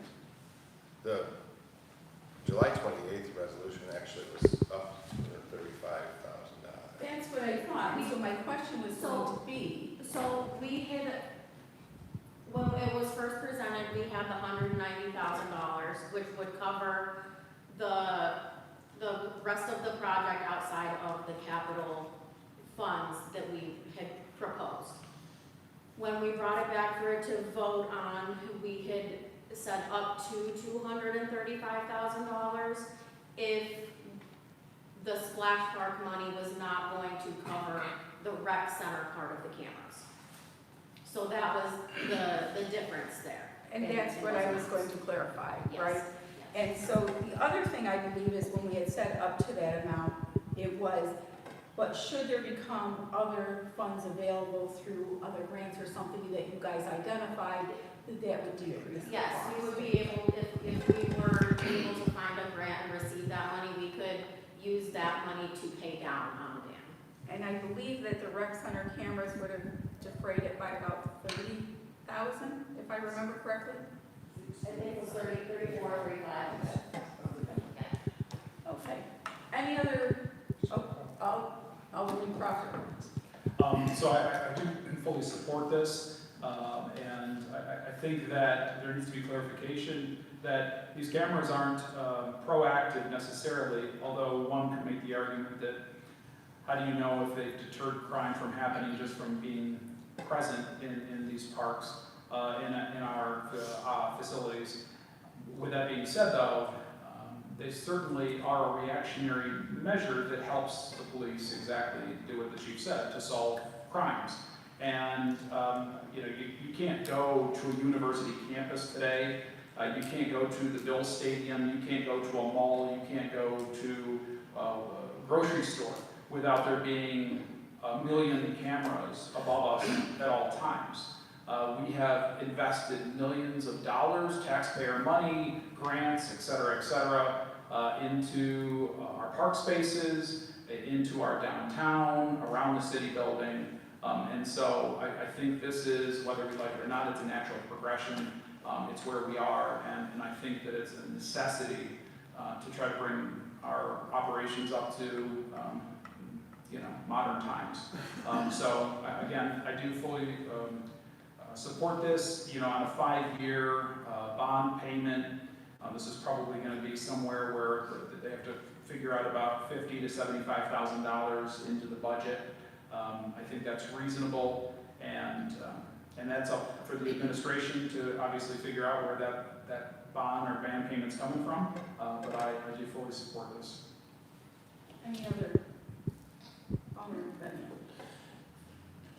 Yeah, so whether or not I support the cameras, my sticking point was, and I believe I discussed it the last time it was discussed, and Dave alluded to it. We were admonished for not knowing the total project cost. We were admonished for not knowing where the money was coming from, that the money was unbudgeted. The 235, now to my knowledge, thanks to Dr. Crawford for figuring that out over there quickly, but to this point, we were never even told what that annual band payment would even be, so it wasn't even disclosed. So the problem is sure, you told us what it was, but where's the money coming from, and it's not built into the budget. So whether or not I support the cameras is an entirely separate conversation. What I don't like is having the council be admonished publicly and something vetoed because we didn't take the necessary steps on financial planning. And then in this next turn of events is the executive side of our government bringing us a project without the full financial outlook and knowing the things and having the money budgeted going forward for that expense. And that's where my problem is. So I think that if we're going to be held to the same standard of having all the financial planning, it would be appreciated if projects that come to us also had the same. Any other? Okay. Alderman Crawford has made a motion. Do I have a second? Second. Second by Alderman Carey. All in favor? Aye. Opposed? I suppose. I mean, I'm not disagreeing with what Jared said, but if it was next year and you put in the budget, I would support it, but, I don't know. Was that a no? It's a no. Okay, Yeah, just sure. checking. Okay. Just wanted to clarify. Okay. So what was the total? Is that for both? No, now we have to go to, okay? So, PL 118-26 by Mayor Sherburne, enter into agreement for CADA for the purchase of security cameras and 10 years of licensing. I feel that we probably have gotten the information we need from the previous discussion. However, if anyone has any questions? Okay, The only question I have is what was the vote on 118, 117? John made the motion, Joe seconded. 411. 411. Can I ask a question? Did you not receive the email that we gathered for Municipal Solutions with the ban turning to the bond and how the first payment would go? That it wouldn't be affecting this budget at all, that this money that we had for the initial payment was covered, and that this would be factored into the budget moving forward next year after it became a concrete bond that turned into a bond? Did we not send that? I did not get it, but you did. I don't recall. Okay, because we had all of that information, that's what we presented, was a full plan, how we were covering the costs. So if you didn't receive that, that was, our previous assistant should have had that on the agenda and sent to you. All of that information, we had that consult with Municipal Solutions to provide you all the financing, where it was coming from. I thought Tiffany had forwarded that. And you said you have money for the initial payment. It's fine, I'm not arguing whether or not. The initial payment based on what these capital funds were going to cover. And whether or not, my point was, Mayor, is not whether or not you have money for the initial, it's, the discussion was is that we didn't discuss that during the budgetary sessions to build that plan, nor was this. That's what my point was, is part of the point. And no, I don't remember getting it, but I do remember, I know we've talked, I know Jennifer and I have talked, and Jerry, I know we've talked, sometimes stuff gets kind of, doesn't appear on the phone. I know Jason and I've been down, so I don't know if that's part of Dave's problem. But there is some issues where things are not going to like the mobile side.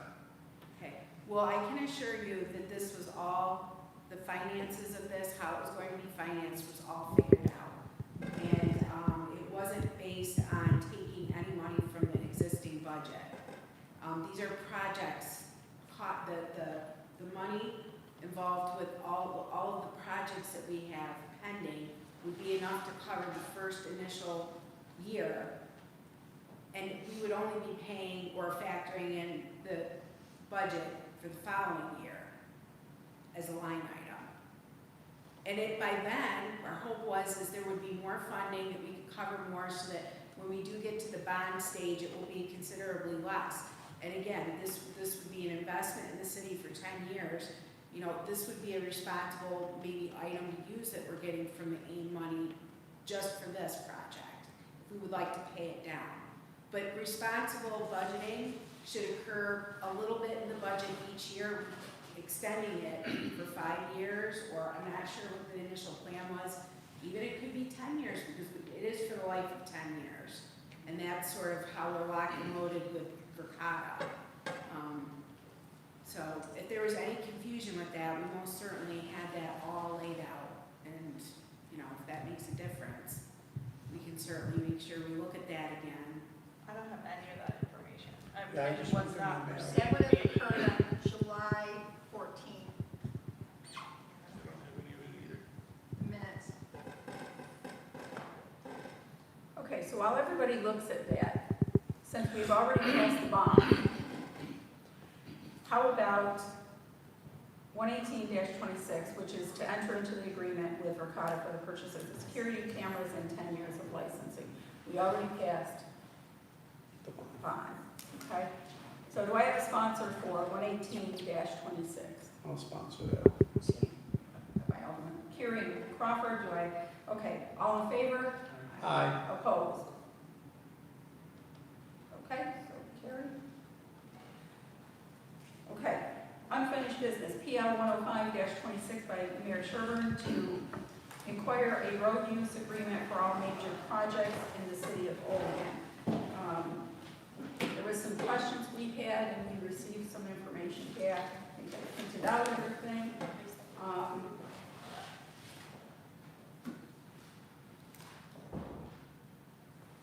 Any questions, comments?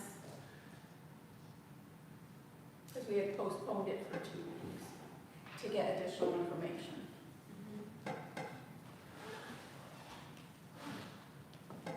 Anyone have any?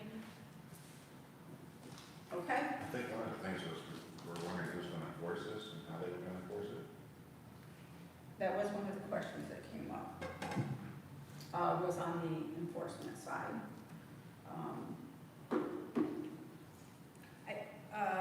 That would be codes. I'm sorry, Mary. I'm sorry, was it a question for me, or who's enforcing? That would be this would be a code, basically, a code. Yeah, so code enforcement is aware of when one of these projects is, being planned, permits are being pulled.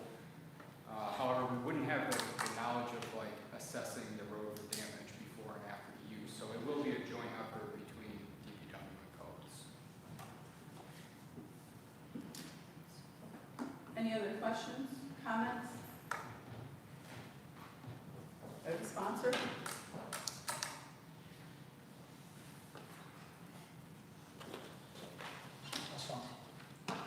Do I have a second? I'll second. Carrie, all in favor? Aye. Opposed? Opposed, abstention? Abstention? Okay.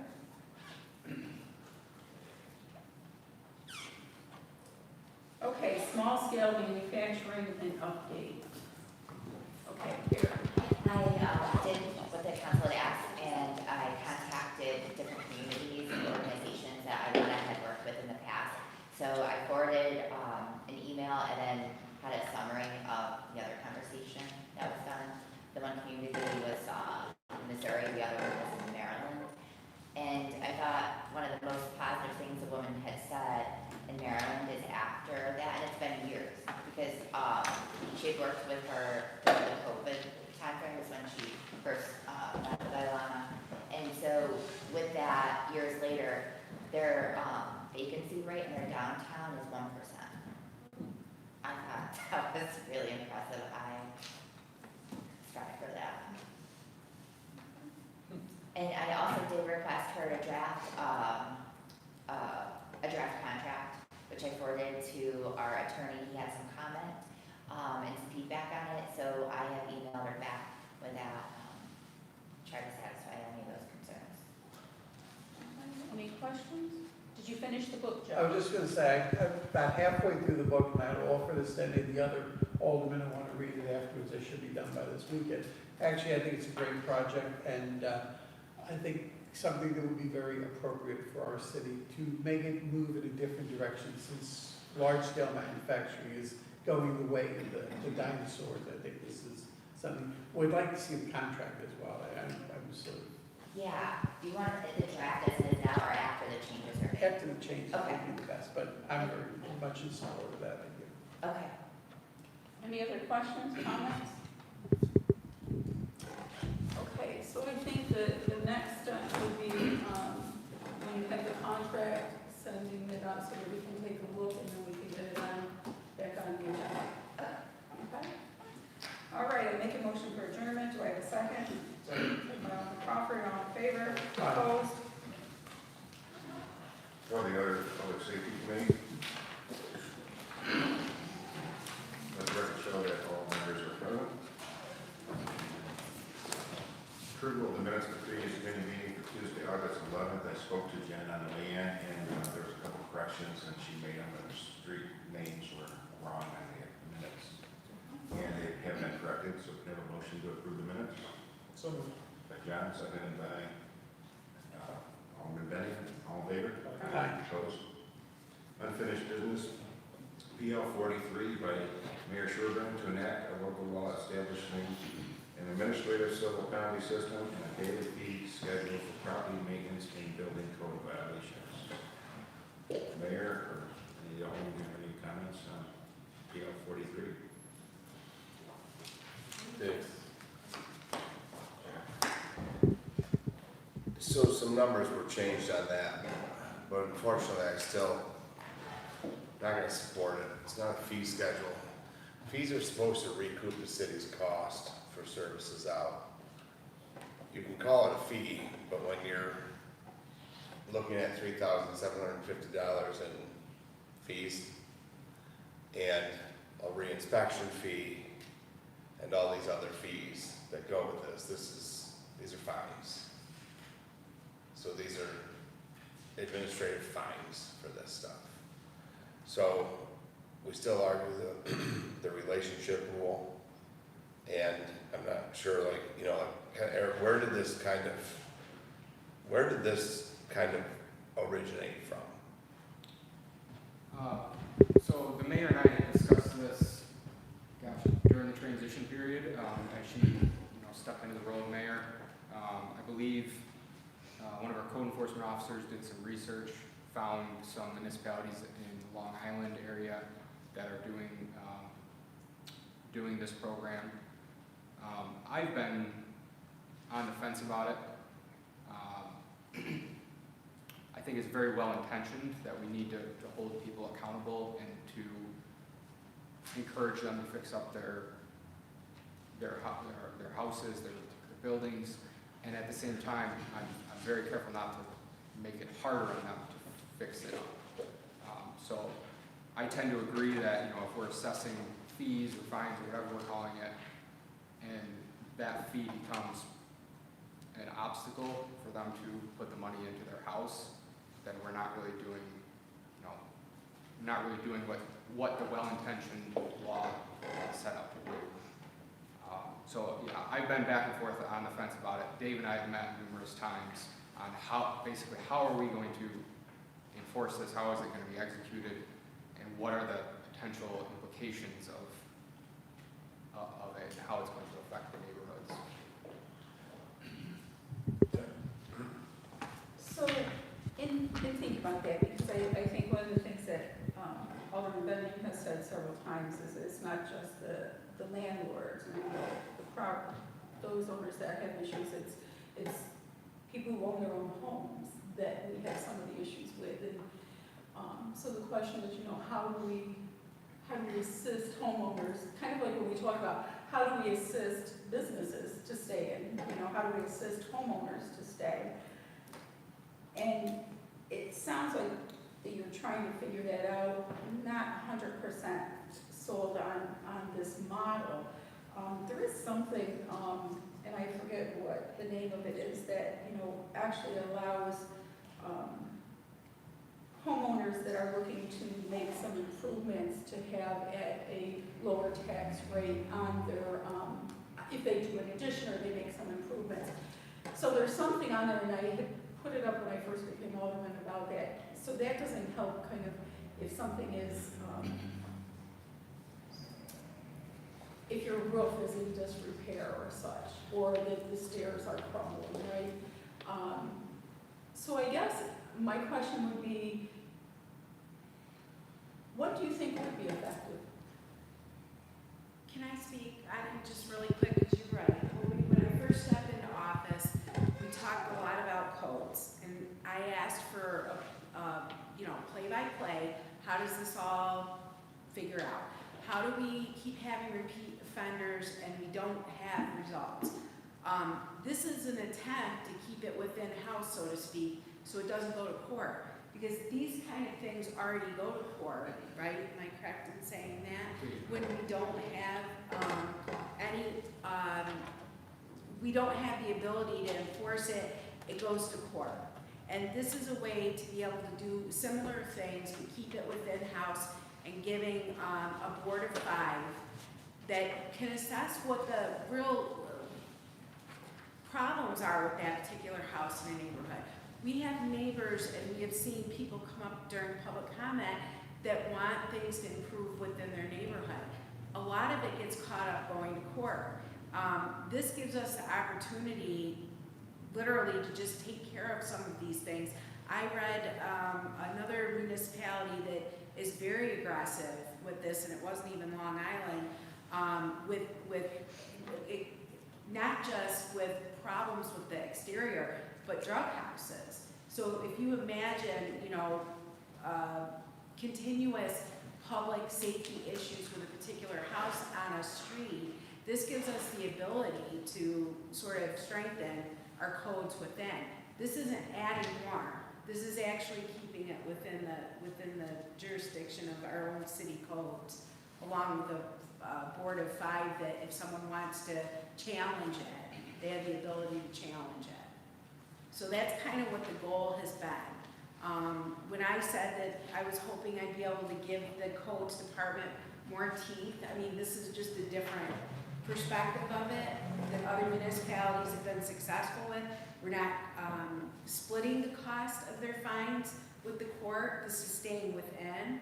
That also is part of it when it goes to court, correct? The fine isn't solely our fine, it has to be. Okay. So it sort of is a way to strengthen the codes so that they have more ability to move forward. Not to, again, we talk about wanting to have stricter codes to uplift our neighborhoods, to hold people to a standard. I don't think we're talking about a roof investment.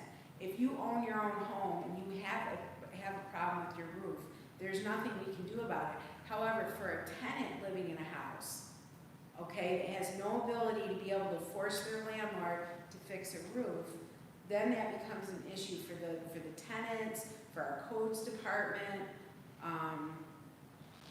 You know, it's an approach to be able to strengthen our codes already existing in a different manner that may get to the end result quicker than having to go through the court system. Jack, and you're next, Jim. So you talked about the tenant and things like that, but this law would be applicable to structural roof, things like that from the exterior, whether or not it's a tenant, vacant, or anything. So it doesn't have anything to do with the rental. Correct, Eric? Yeah, and that's really what Dave and I struggle with, is this will ultimately be, we'll have to enforce it on everyone. So let me continue. And then Mayor, we'll hopefully call it bad word choice, but you literally just sat there and referred to it multiple times as a fine, and that we would not be splitting the fines with the courts. That's my problem. It's stated in here that it is a fee, and the fee is only supposed to recoup the city for what it cost. If your fee is $250 on a reinspection to cover their time, that's one thing. But the $3,750 in accrual of daily fees, the reinspection didn't go up by the day. So I can agree with parts of that, but there are several parts of it that I don't agree with, in like the punitive side of it, because as Chief Merard said, this has to be enforced across the board. So it's gonna catch bad stairs on the fronts, because it's talking about structural and safety of anything, not just rentals, not whatever. Hotels, doesn't matter, commercial, residential, it's across the board. So, but it's gonna catch people, and I don't know of too many people in the city of Olean that if you just handed them an OR on a bad roof, that could afford to just quickly expedite that process and pay out of pocket for that without having to maybe a loan, finding contractors, things like that. I agree with you on giving them more teeth. I don't agree that this is it. I think there's gotta be something better.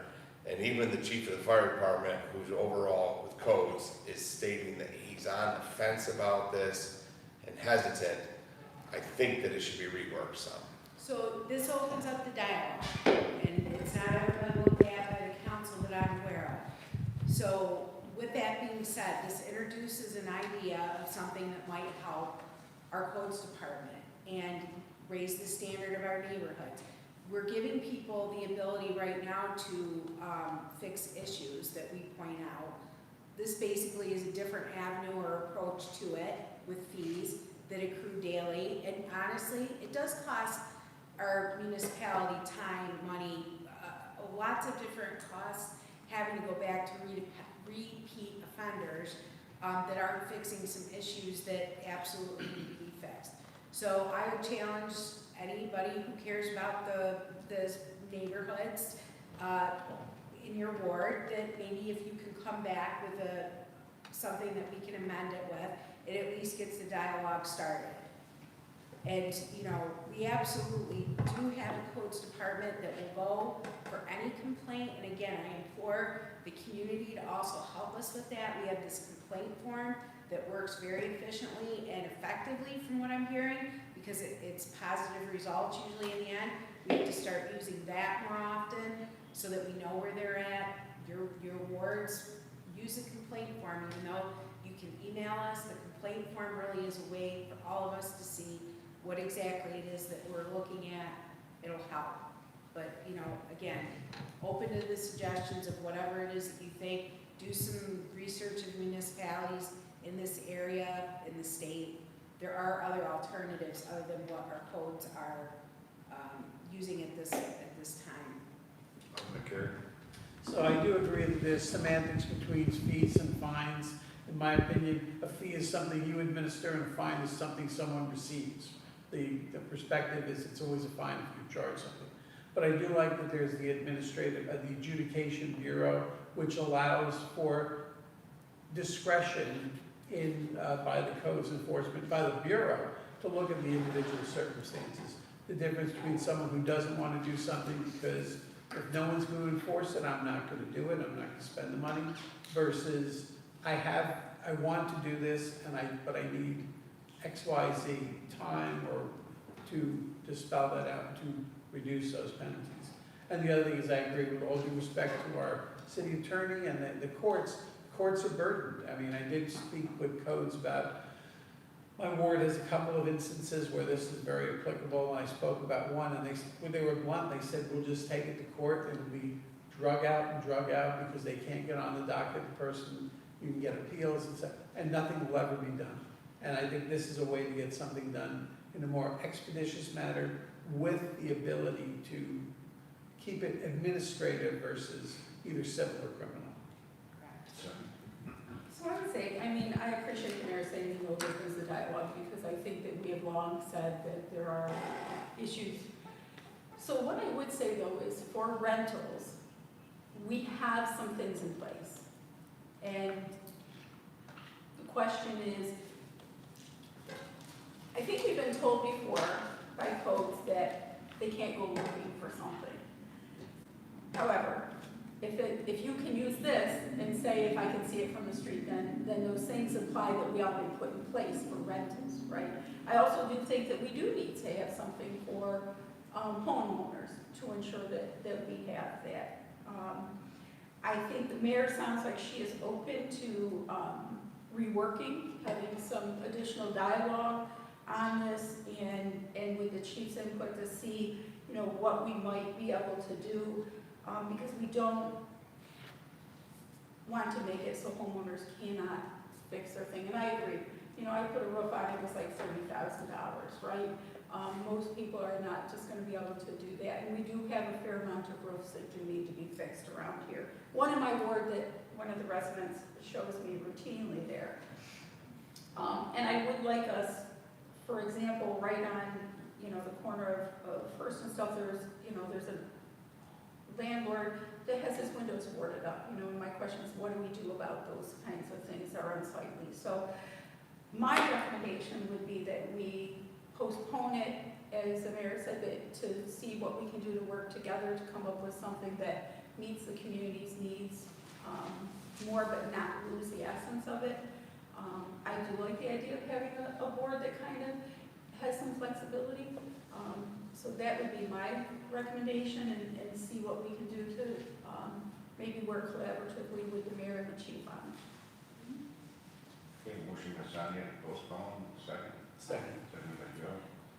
But what I also would say is let's make a time in the near future to set up something so that we can work on it. And I love to work on it, and as you guys know, I love HUD's kind of requirements for things because it is, while it's the bare standard, it's above the standard that we have. So, Okay, so there's a motion to postpone for 2 months. Is that enough time for you to work together with the chief and your code office to Yeah. see if they have any different recommendations? Yes, and also whatever council members would like to join, so we can discuss that. That would be great. Just let us know who to set up the meeting. Looks like Joe. Looks like Joe. Alderman Joe and, And if I'm available, I'll show up too. okay. oh, you can't do too many. Dave. Right, is it 2, 3? Okay, yes, we can do that. You can vote, just do your vote, then I'll have to ask. Okay, I'll motion to approve postponing for 2 months. All in favor? Aye. Opposed? Okay, Chair. Mayor, with that, can you kind of outline, like, who will be on this adjudication board as well as the powers that they have? Yes. The full formal powers, not just to say, the appeal kind of indicates like, you got it wrong, you don't need to fix that, kind of deal, thought. Can you kind of outline what they have the privilege or authority to do? Remove fines, reduce fines, extend permits, can you kind of just outline that too, please? Sure. And thank you, and again, who's on that? Okay. Thank you. Okay, moving on to PL 106-26 from Mayor Sherburne to amend the City of Olean Code of Ordinances, Chapter 13, Article 7, Division 3, to enact a contractor accountability program. This was discussed, I think, what was it, 2 weeks ago? So, Jared, do you have something? Yeah, this is postponed because we wanted to add the SOP and formalize it as part of that legislation. This one here, this is something that I have talked at great lengths with Eric and Codes, previous mayor, and have even had conversations with Amy.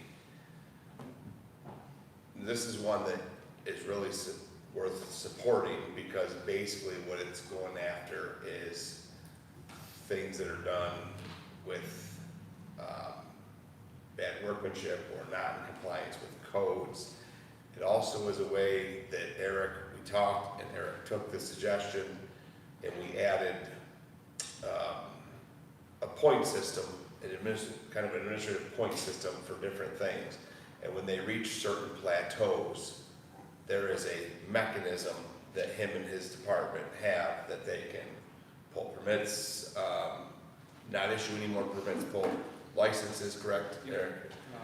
Enhanced oversight, written warning, mandatory for the contractor to come in for a conference to discuss it. There's a wide range. And then, so with that, then too, also the other suggestion I made in fairness to people was that they should sunset, meaning that, they should only ride for so long. So that way, if you've been a contractor for 40 years, suddenly in year 37, you finally reach that place. That's not fair. So they should, like points on your driver's license, Dave, that they fall off. So in time, that they just kind of keep falling off. So like, those ones are good, and I think that this one really does a lot of good for the community. Okay, anybody else in attendance? John? I agree that, I think this is a step in the right direction. I know I've had some, obviously excellent contractors, but at the same time, I've had some that, it's amazing, there's very little recourse, when they do, bad work, when they, present dangers or damage to your home and things like that. So to be able to have an accountability program that can follow up, that can keep track, I completely agree. I think it helps to up the standards of the workmanship in our community, and so I fully support this. Okay, motion to approve by JR, seconded by John. All in favor? Aye. Committee reports, motion to Yeah, just really quick. Mayor, I'd like to start a discussion and dialogue, whether it be with Eric or whoever. But a lot of this stuff here, and a part of the conversation that we're gonna have here in the very near future tonight, with this permitting stuff and things like that, city projects need to also follow the same permitting process so that way they can adhere to the same code schedule and things like this. That has never been done, so things fall by the wayside. And perhaps that in the future we can fend off very bad projects if things are put in place like inspections and things of that nature. I don't want to go into it too far, whereas there are some mechanisms that we'll discuss a little bit later. But I want to start that dialogue, so I'd like your office and Eric's office to be part of it.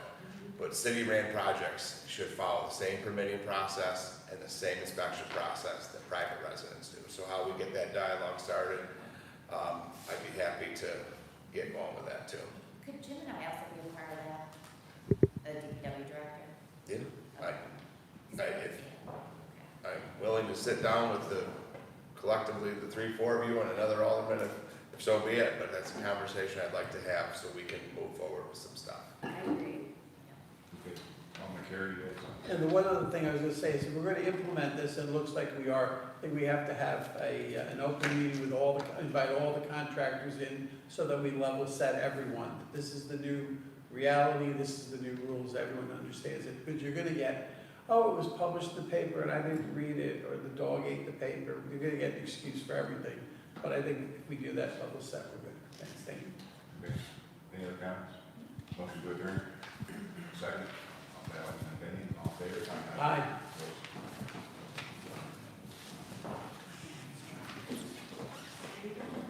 Hey, sir. Carrie, do you have something only on one more agenda, a couple more agendas? Is that your last one?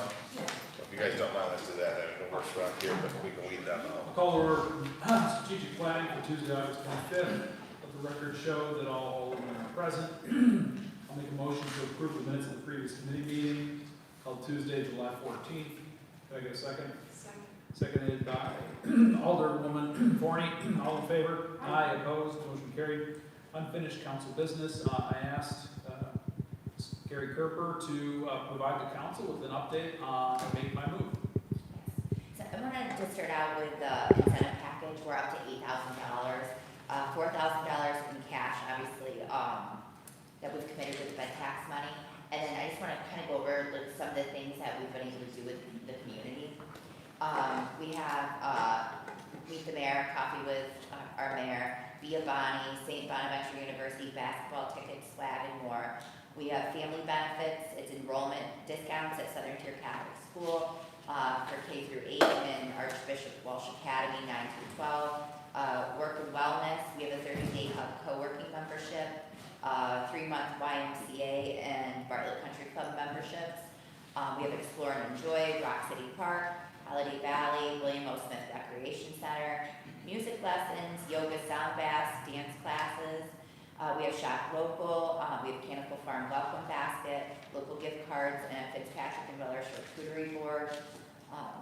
And I want to note that their charcuterie boards are made from lumber in our county. So, one for our county. Get Connected, Cattaraugus County Welcome Packet, and then we have a home dad. It's up to 2 hours with, we have handy dads now. It will be Captain Bauer or Code Enforcement Ryan Reed have agreed so that we can help with the movers to learn how to maintain and care for whether it be an older home.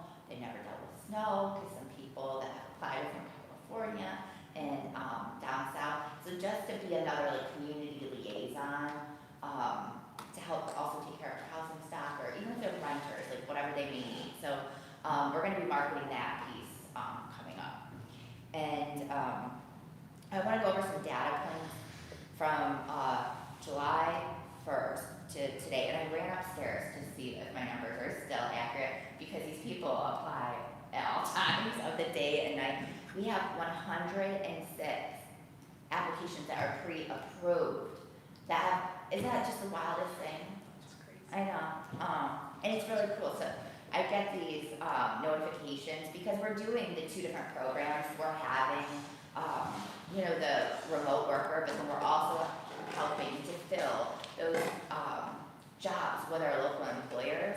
So I will literally, and I have done it, reviewed everyone's resume, it's a required doc if they are looking, and I will literally email these people back to tell them possibilities, send them links, get them to the employers. And so our office is sending out to all of our medical people, engineering, manufacturing, the realtors, and we're doing this whole entire email to them this week. So that way they have the links themselves. So that way they can use it as a tool in their toolbox. I was with a lot of medical professionals, and they were talking about recruitment, and I'm like, use this. Have us be the tipping scale. I'll be your liaison. And, well, anyway, so back to the stats. We have offered to 5 individuals and families, and 1 has accepted. I know I made mention of her. She has met everything and is signing a lease to move here from Colorado. And I want to know, like, the incomes are amazing. Out of these 6 households, there's a total of 9 people that have been offered or accepted, and the average household income is $122,000. So then that goes back into what that economic piece was that'll help drive in our community. So thank you for believing this. I'm so excited about it. That's great. my update. What are the next steps? I'm so excited. So with the one, we're gonna sign an agreement with her, and I'll help her get moved into the community, because she has a fall time frame that she wants to be here. It's amazing. And so then I'll continue to work through the process, because we do background checks, and so I will keep you up to date on the other ones that we've offered, and I'll let you know how to get off them next. You heard the police chief, we need some police officers too. Great job, Kurt. Hey, thanks. We circle back, Dave. Okay, so the next thing here is, we had asked for an update on the Olean Mall. And I want to kind of defer here to Carrie, but it's my understanding that the developer himself would like to be here in person and could do so on September 8th. Is there any opposition to postponing that topic, or do you want to give a brief update on where that stands? You know, if you don't mind, because he planned on attending tonight, there was a death in his family. I don't want to steal his thunder or anything, so if it's okay, I request the referral to committee of the whole for September 8th. That's fine. I don't see a problem with that. Again, the fact that Angelo's made a commitment to, being here in person, I think adds value to the conversation as well as his commitment to the community. So I don't have a problem with that referral. No, I was just gonna say, so we talked before, we were gonna motion to refer it to the committee of the whole for September 8th. Yeah, I mean, it's just an update. You can just put that on the committee of the whole. It's nothing formal. Yeah, We're good. that's fine. Yeah, so Jen, that you topic, ready for that that? topic will get referred then, that's fine. Thank you. Yep, thank you. All right, PL 11126 to award the work of to Billings Steel Manufacturing for the design and construction of a new welcome sign to be located on city-owned property located at 1713 Fall Road. We got a bit of an update from the mayor and Carrie Kerper on the welcome sign, utilizing some of the GoFundMe monies that was raised a number of years ago. And so looking forward to hearing more about this proposal here. So I have the numbers that you were looking for. I had drafted a proposed resolution. So since that time, Dave King, our city electrician, met with the electrical contractor that will be performing the improvements at our pump station on Buffalo Street. And he advised me that they're going to be installing new service and panel. And so with that, when I was talking to him, he said it would make sense for us to tie into that panel and to run conduit. And so he had asked the contractor to provide a number from the project limit to where the sign would be installed. So what I'm requesting then for a total of bed tax money is $41,455. And then I'd also like to note I started working on an application for funding through CRCF, the Cattaraugus Region Community Foundation. It's a fall grant cycle. And so it's due October 15th and awards should be announced, I believe, in November. And so with that, the amount of funding currently on hand from what John had mentioned is $4,085.57. And so I would like to total, obviously, that whole entire thing. And so ultimately, that would be for landscaping, the electrical, hardscaping, site preparation, the design, the construction of the sign, the installation, and I believe that's all the project components. And that, the funding source, that's the Cat County Foundation? Or, Oh, the Cattaraugus Region Community Foundation. Okay, Yeah, Cattaraugus it's County their, Resources. yep, it's their community fund for the fall of 2026 grant cycle. so your, is that gonna need to be something you've already applied for, or you need to bring that to the council?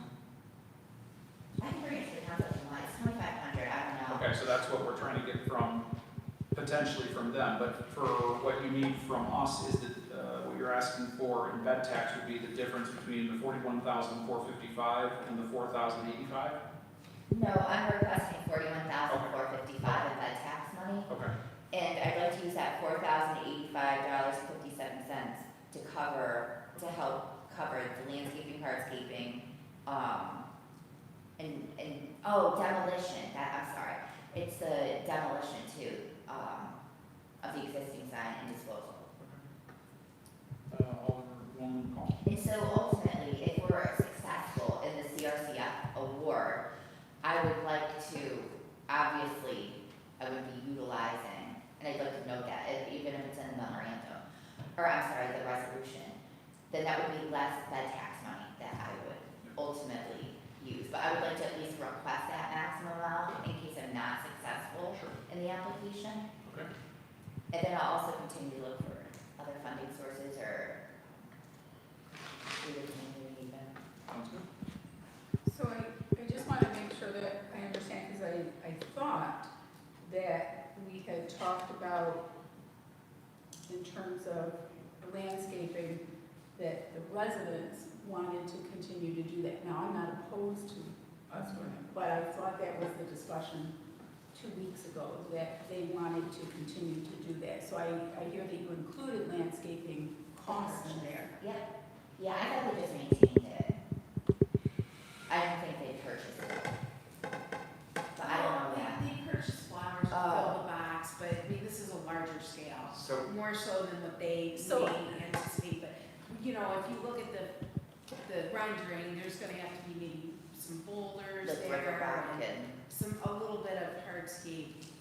And listen, I'm cool with that and with us actually doing that, but to the degree that the residents wanted to to kind of take some ownership of that, to make sure that, you know, maybe we reached out to them to say, we understand there's this larger cost that's gonna be associated with it, right? And Yeah. so then we are really appreciative if you continue to help us with the upkeep as you've asked, but that we want to shoulder the burden for that cost. Okay, sure. Alderman Benyon? Just real quick, Heidi, that was also asked because that way, if there was no volunteerism, what would the total project be without any volunteerism is what I had asked for. So that's why that was there too. But just, the intention was that people were going to do it, but it was just a just in case they didn't go to one level or another. Timeline? Jen? As soon as, Yeah, please. well, if this goes to resolution, then I would contact Billings the next day and ask them to begin building. and my intent is to get this done before year end. Alderman Forney? Yeah, just a quick question. I know we're just talking about the one sign there, but are there any discussions or plans about like the other signs, so we have the Allegheny one? Right, and that is a good point, because I have asked, we don't own those properties, and I can't get from anyone, where's their contract and how are they on other people's land? So I'll work with legal on that. I just really was focusing on this, but I did do research on the other ones, and so I'd like to know the one on 16's gone. That owner didn't want it, and there's no agreement that he has that it has to be on there. So if you may have noticed that one, will just be one we won't have to deal with. So if the other people are agreeable, the idea would be to something similar, maybe not as large scale. Yeah. Yep. So I'll work on that next. And, yeah, because I mean, the one that you're referring to in Allegheny, I swear when I looked that property up, it had 2 owners on that parcel. It was, well, I mean, I'll email you. Yeah. Yeah, I'll do further research. Carrie, one last question. What is your bed tax balance? Yep.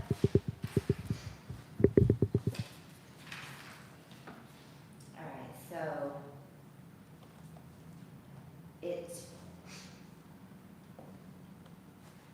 we have 263,000 collected. I mean, I've only spent a little bit, but you want to know committed then? Yeah, what's the committed, right. what are the committed funds So, that remain? The 263,000 was from last year, correct? Yeah, and yes, and so all of this is being derived from that year. So ultimately, we've committed 24,000 for marketing. I've proposed 45,000 for the small scale manufacturing.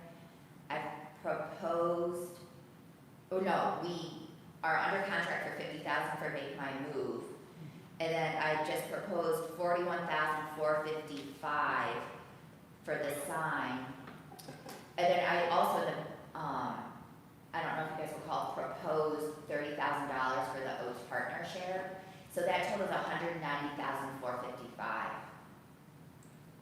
So then what is that, like 30, yeah. And a day to do, right? Yeah, he's in there, the marketing, 24,000. Oh, okay. Yeah. Okay, perfect.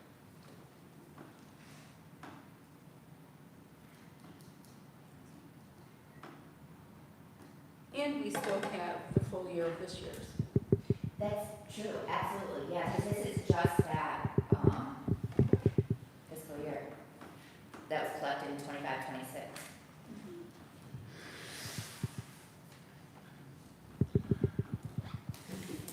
Any other comments? Okay, I'll make a motion for a second. Second. Second by Alderman McCall, all in favor? Aye. Opposed? Motion carried. Refer to resolution. New referrals for consideration, no committee reports, so make a motion to adjourn. Take a second. Second by Alderman McCall, all in favor? Aye. Opposed? Motion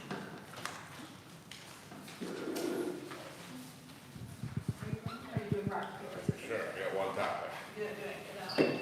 Call to order city operations for August 25th, 2026. Let the record show that all members are present.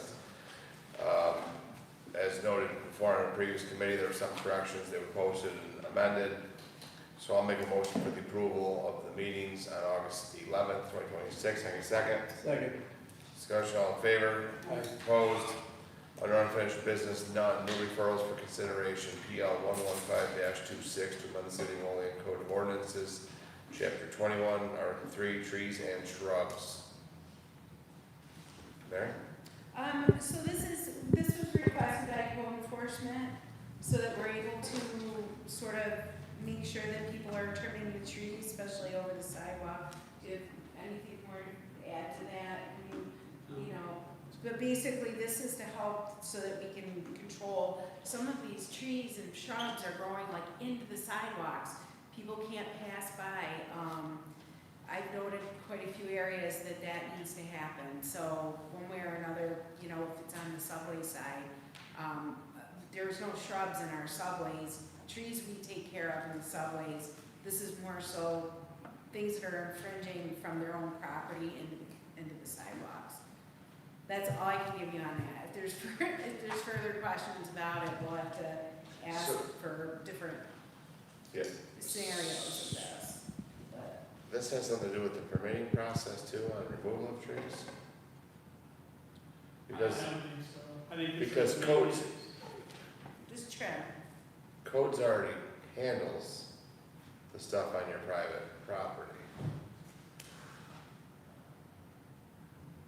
Well, this, go ahead, Jim, I don't know if they've talked to you further. No, about they the usually issues. have, So I'm just gonna, just for everything, I would just make a motion that we postpone this for 2 weeks, and then we can have Coach or Eric come in here and discuss this then. Jen, do you have any more clarification, because I know you take the proposals from them in the discussion. To me, it made perfect sense if there's issues that they can't force the trimming of trees, and they Right, can't so- necessarily do it, but. Right, so this one in particular, because trees are gonna be more under the purview of codes. Also, in addition to the permitting aspect of it, currently right now, everything is under the Department of Public Works. The permitting is under DPW, so in essence, because of the permitting and what have you, transferring it to codes, the resolution at that particular. That's what I just asked, and was Sorry. told, no, like we weren't sure, that's why I said. Yeah.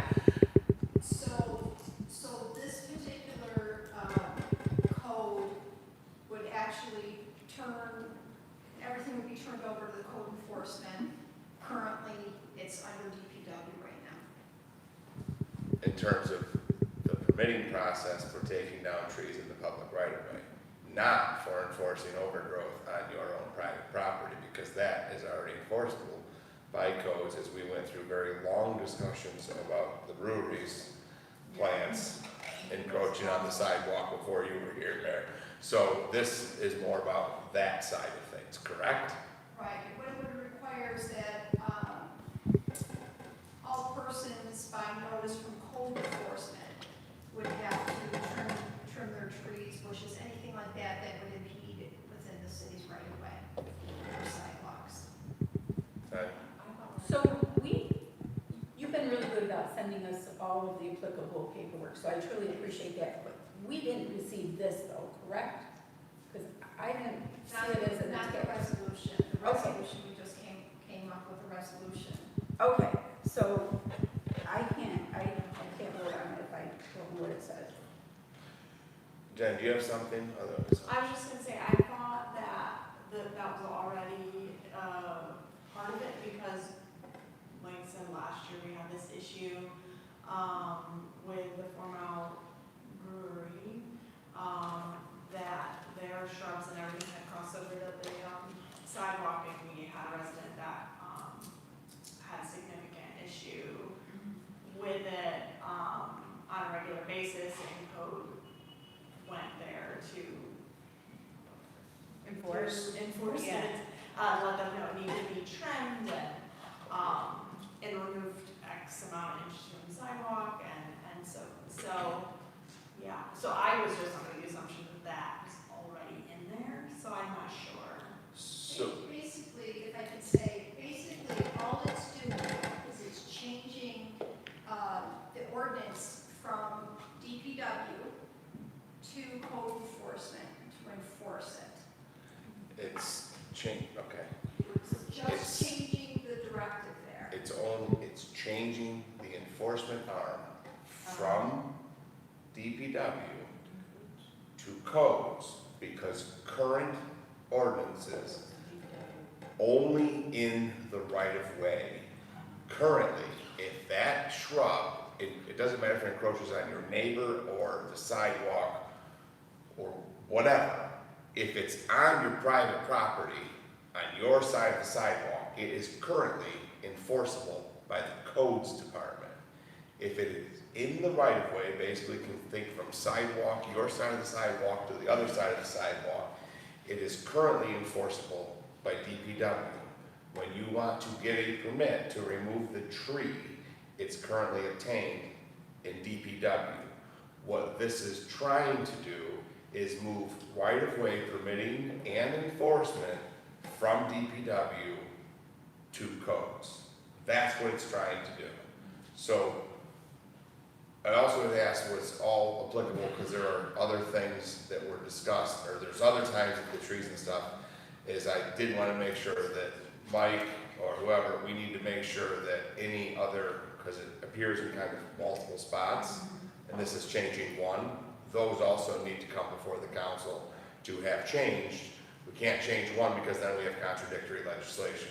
So for, and I see your hand, I am going to go back to, not that I think that this is a bad idea, but I am going to motion that we postpone this for 2 weeks so that way they have the time to read, and then we can be assured that legal does have the proper other ordinances that are affected by this change also brought forward for that change. So there's a motion, I get a second. All those in favor? Opposed? Signed. I was just gonna ask, but, so, when we have PLs, again, thank you for submitting all the attached documentation. So for this one, can you make sure that we have that, what it is in writing before we vote on it? Yeah, we can make sure that we have that. But I agree, everything should be in writing. Thanks. Jared, I was just gonna ask you, Yeah. is 2 weeks long enough, because we're changing legal, right? So is 2 weeks long enough for you to? Yes. Well, Dan, unfortunately, if it's not to just interrupt Mike, but just the motion was already granted and passed for 2 weeks, so if it's not at that point, if it needs to be extended down the road, we'll do that, but the motion was specific for 2 weeks, so we're just gonna give them the chance to do it. It shouldn't take a lot of time, so I'm good with it. No committee reports, I'll make a motion for adjournment, take a second. Second by Alderman McCall, all in favor? Opposed? Alright, I'll call over the Recreation Committee, Tuesday, August 25th. All present. Approval of the minutes of the previous committee meeting, Tuesday, July 14th. I'll make a motion. Second. Nope. Not me. Oh, you're not the committee? Also. John, thank you. All those in favor? Aye.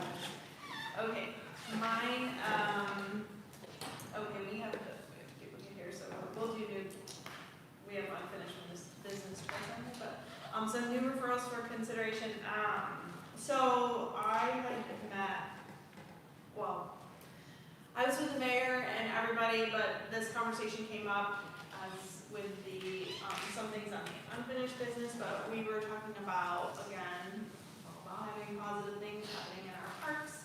We have extra space and to do good things with, so we thought about jumping on this growing trend because we do have some monies of pickleball. I know Chris has brought it up before, but looking specifically at Franchot and Morvette. So at Franchot, I know, Mayor, we had talked about like the horseshoe pit, but it's probably, I was talking to JR and putting like the pad might be more money than we have, right? But the handball court or the other little basketball court might accommodate that right in front of the mural, and then we still have the big basketball court that's, been repaved and the paved road, if you haven't been down there, looks really nice. So that location there for pickleball, then we don't have to invest some extra money in like the blacktop. We just would be using some of that money for the template for the board and the net. And then the same at War Vets. We have that gigantic basketball court. And maybe with 2 sets of hoops, so maybe like splitting that and you have the one court and then using the, again, if you're looking at the mural there on the rink, that maybe back wall or that back court to be split into, I don't know the size ranges for pickleball, but whether it's 1 court or 2 courts that can go there as well. So just some ideas just to get some more use use the space we have, maximize the space we have, more things that people can be doing in the parks to kind of add to the activities and recreation. I don't know if anybody had any thoughts or, yeah. So actually, one of my residents was interested in having pickleball courts, interestingly. And, you know, we were talking about how at Oak Hill Park, you know, part of the piece was that would also be able to be a pickleball court, except the option. The thing there is, we don't provide a net or anything. You gotta kind of bring your own, and that kind of, not everybody has that. So I think if we're gonna put up the nets, and I don't know if like at War Vets, if they could rent supplies or something to go play pickleball, cool. I know that's probably not an option for franchise. If we provided the nets, and people just bring their own stuff. Yeah, but at least if we have the nets, that's more than like they have at Oak Hill. So, but I did have a resident who was looking to do something either on her own or something, so I think she will be very happy that there's a full pickleball. Yeah. I know the Y has, they dedicate like a court inside that can be utilized, and then they have outside, and they have a net day, like wheel hour, I guess. So I know we have some of those funds. I don't know the pricing of pickleball nets and templates that you would, like you're doing the basketball court templates, and if we, put those templates down. I don't know the size regulations, but I know so many communities, whether they're big or small, have these in their parks. So the playgrounds, they have basketball, they have the pickleball, and we don't have to. We definitely have legs. I mean, they could also be there as well. But just something as we're kind of just reimagining our parks, and if the cameras are going to be there as well, and We can look into it and see what it would cost for the nets. Yeah. We can do that. Yeah, I think that would be great. And then size-wise, I don't even know if that size on that small court on French Shot would accommodate that, or that's. I'm sure in my head it looks really big. But I don't know the exact dimensions of that. So yeah. 44 by 20 for pickleball. There's a nice concrete pad over on Front Street.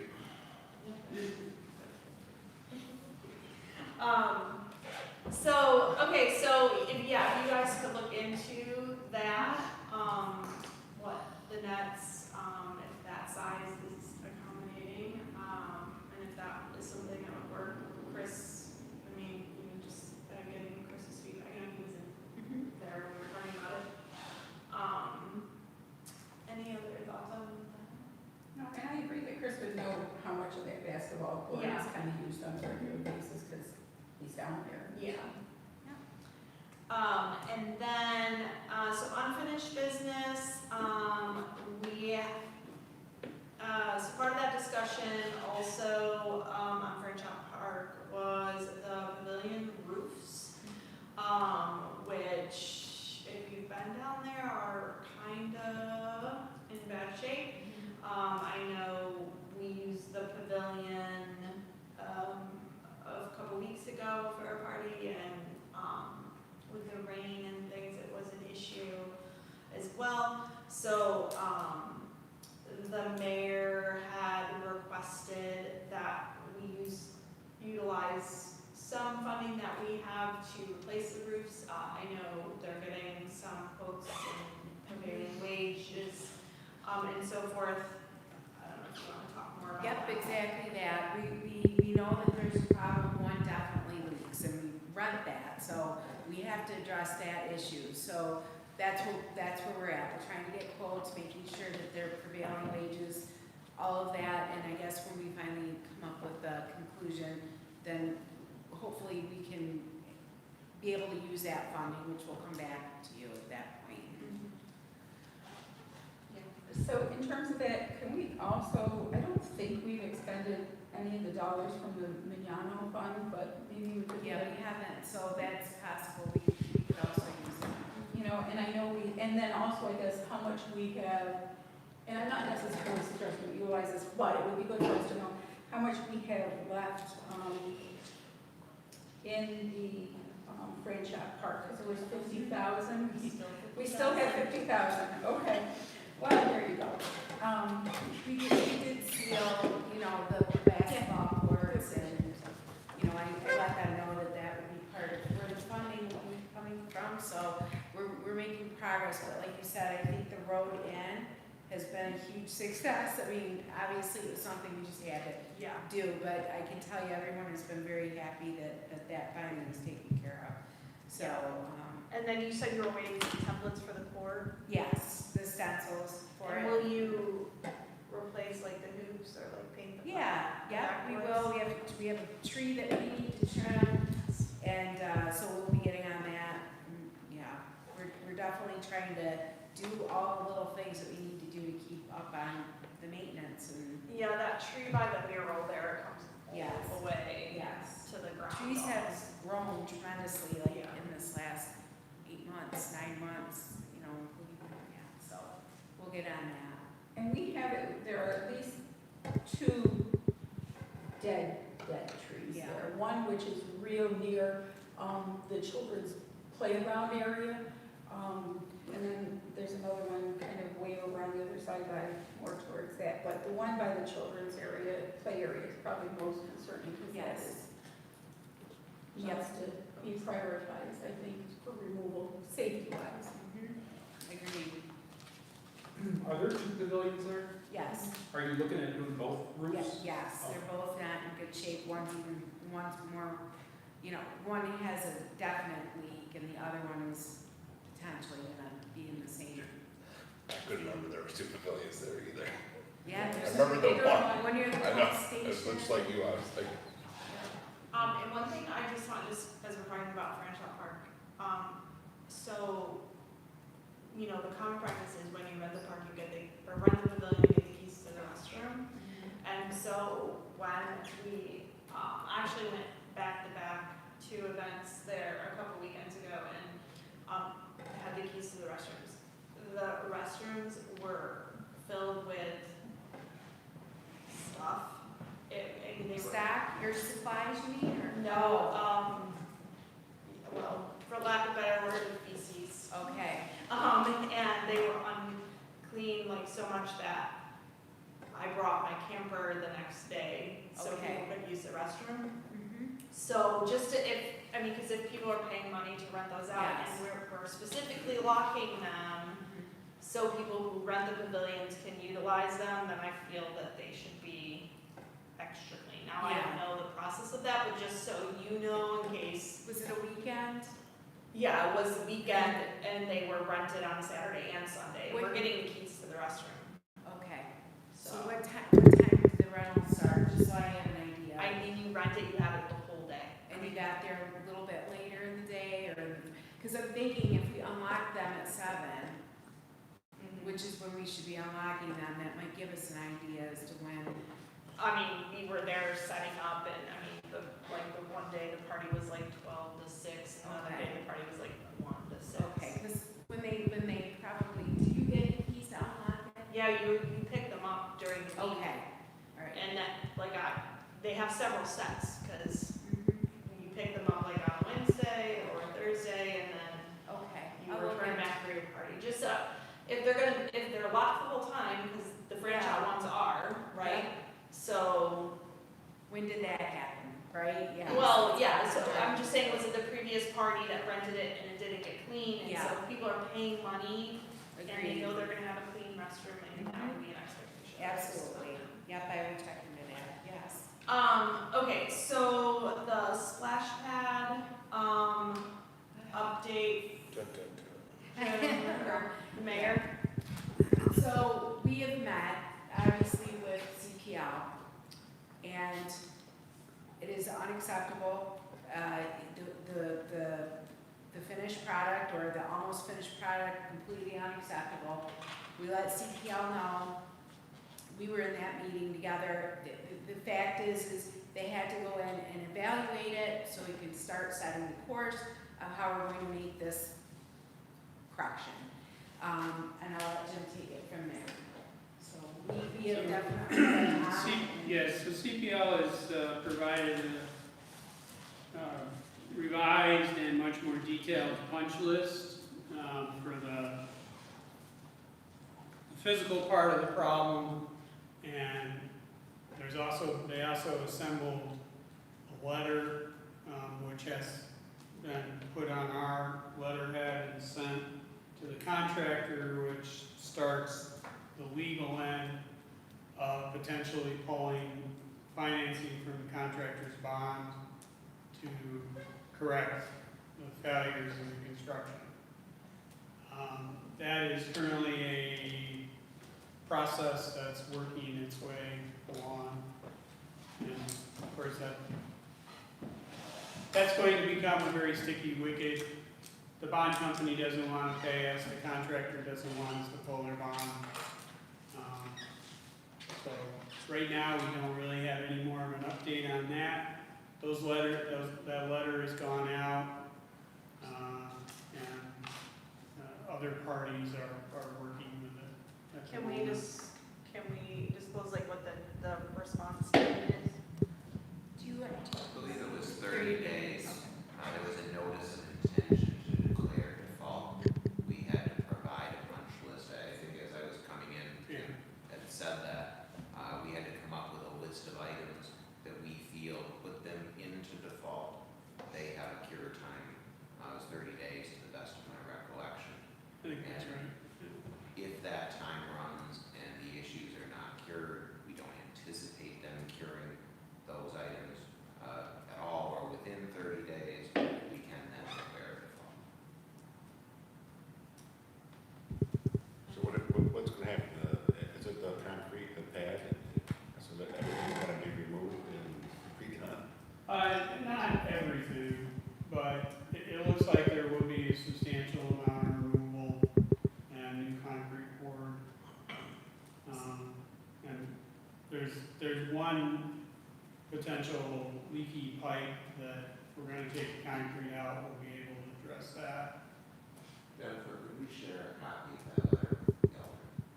Sure, All right. absolutely. Probably best if you just read it for yourself. Any other comments or? So just, I can speak. So anyway, going back to the park pickleball, just want to remind you the Ralph C. Wilson project comes open again in October. They have 2 sets of grants. There's a design and access. So if you apply that and make it for individuals for limited mobility or whatever, that's up to $50,000. And the youth sports grants are up to $25,000. We've had success here in the city getting them before, not with the city, but with organizations. So it's if it's a well-prepared application, the money comes through. They meet in late October, and within a month, they let you know if you have the money or not. So just remind you of that deadline. JR. Yeah, so nothing's written down, so what I'm about to say is probably gonna piss off some, and that's okay. The splash pad, dating all the way back to when what I'm gonna address is there's a lot of backlash from different parts saying that this is the council's failure. Dating all the way back, the only thing that's probably the council did wrong was approving a contract to PV Paving that came in at 1/3 of the engineer's estimate back then. The only other one that we had to work with was almost twice, right, John, or just over twice the amount. Like it was a wide $1 million over the issue. So, yeah, so it's almost twice. But that was done with CPL. However, the city, and we were also aware that CPL is part of that cost savings thing. They were not assigning a guy specifically, or a person specifically to that project. It was being double dipped from the South Union Street project he was stopping over there and checking. So the pile of scours that does exist down there now is collectively the fault. But I think that somewhere along the line, and this isn't heaping on you or Jim, I'm talking about because this has been a while, this project, there's failures from our own city. And as I said, that what we need to do is we need to have things of our own city projects fall under this thing. monthly, we're required by charter to have a capital improvement update. That this would have clearly fallen apart. DPW couldn't give us those updates because they weren't getting those updates. But if you're not getting them updates and you can't give us the updates, then somewhere along the way, somebody should have went down there and said, why are we not getting these updates, right? There was a host of problems. Labor unions walked off the job because of doing out of title work. A person fell off a roof. A claim that the contractor was not paying the subcontractors. That entire crap show should have gotten some response from the city to say, what the hell is going on down here? And some of this maybe could have been mitigated. I'm not saying, I don't think we hired the right contractor from day one. But here we are. But the council is always the one bearing the brunt of this, and I'm gonna defend Johnson because John presented this idea. But that's where our powers then end. We're not here to go down there and inspect these things. But somewhere along the way, we as a city need to step up and say, we effed up too. Because there was things clearly wrong that we were aware of, and we didn't do an absolute thing about, and now here we are. So, and again, this isn't blaming you, this is not blaming Jim. This project has gone from previous administration, and I think it's dated back to maybe 3 DPW directors, to be honest, maybe 4, I don't know, Jim. So I'm not heaping it up on you. But some of these violations I'm talking about did predate Jim too, but I'm just saying, like, we lost sight of this project. So, I agree with you, but when I stepped into office, it was winter, and the expectation was in February, if I can remember correctly, that after everything all sorted out with the contractor, they then wanted to be able to finish the project. They let us know that in February. The expectation was it was going to be open, and then we realized there were missing parts, so that paused it. These are all things that we've given updates on, and we waited. Then the parts came in, and then what next happened was the concrete being poured. Now, this is the point in which I'm wondering, and we're gonna find out for sure, was it the design that was flawed, or was it the actual work? Okay, that's going to be decided, I think, based on when we actually look at what the result was after the design was given to the contractor. Did they do it to specs? That was my first question. Then we discovered there was a leak, which we updated. I mean, so we've been on it. I have been on this since the minute I walked into office. Unfortunately, all these events that kept occurring all along, we kept getting promised, okay, we're going to open now July 4th. I recall this conversation with CPL. Mayor, how about July 4th? We're not gonna make Memorial Day, how about July 4th? And I said, absolutely not. That park is gonna be packed with 4th of July. So let's postpone it for the following weekend. So we waited. Then after all of the concrete was poured, and I asked the contractor, at what point, why did we cease everything? They basically were saying to me that they were not in communication with CPL. Okay, so the communication between those two groups for every effort that we made was met with finger pointing to the other or what we were waiting for. We're waiting for a part from Vortex, we're waiting for this, we're waiting for the testing. It's, what a slow moving, like you said, crap show. To be honest with you, since I've stepped in office, we've been on top of it. I cannot speak for whatever happened before, but this whole entire time has been one finger pointing after another, with all of us sitting back saying, we want the result, we want it done. To have this all finished at the end, have us be told that now the grading is incorrect. And here we are again. And as you said, 30 days we have to wait before we go to the next step of what we need to do. So it's very unfortunate. The residents have been anticipating it more than we have been even. And Mayor, I'm glad that you're on it and you're working on it, working the problem. I appreciate that. What I'm talking about though is just, again, I was very quick to point out that this predates you, this predates Jim. Yes. But there are things about like well, there's missing parts. Well, it's not the council's responsibility to go down there and inventory an order that we took receipt of. Right. Well, there's parts damaged because they should have been stored indoors. I'm not gonna argue the fact that it took 3 years to launch, whatever the timeline was. But again, the council didn't go down there and put parts that should have been stored inside there. I'm just saying, it's bed and beds, and I'm glad you're working the problem, but I'm just saying that collectively, everybody's gotta eat their fair share of the crap show that's down there. So that's what I'm pointing out, and I'm also reiterating the fact that if our projects followed the same permitting process and inspection stuff like that, and perhaps that maybe if there was a plumbing inspection done before you encased it under concrete or in concrete, you probably could have checked them pipes. But unfortunately, there was no plumbing inspection probably done. So that's my point, is why things could have been mitigated along the way, dating back to the first vote on the contract. And I just was gonna say, I think what you were trying to point out is that had we been getting those monthly reports, that we would have been in a better place to be able to catch some of these things sooner versus at the end. And that goes back to the monthly reports the council's supposed to be getting, and the only way we can get them is if DPW gets them from the contractors to be able to update them. And so going forward, because we can't fix anything, right? We can't go back and change anything. All we can do is do better later, right? And so going forward for all future projects, wanting to make sure that we have the system in place to ensure that those monthly reports are getting to DPW directors so that the reports can come to the council, so that any issues that you guys identify can be corrected sooner. Does that seem to? That I is, think this is a lessons learned. I mean, this is the Can't wrong do way that. to move a project forward.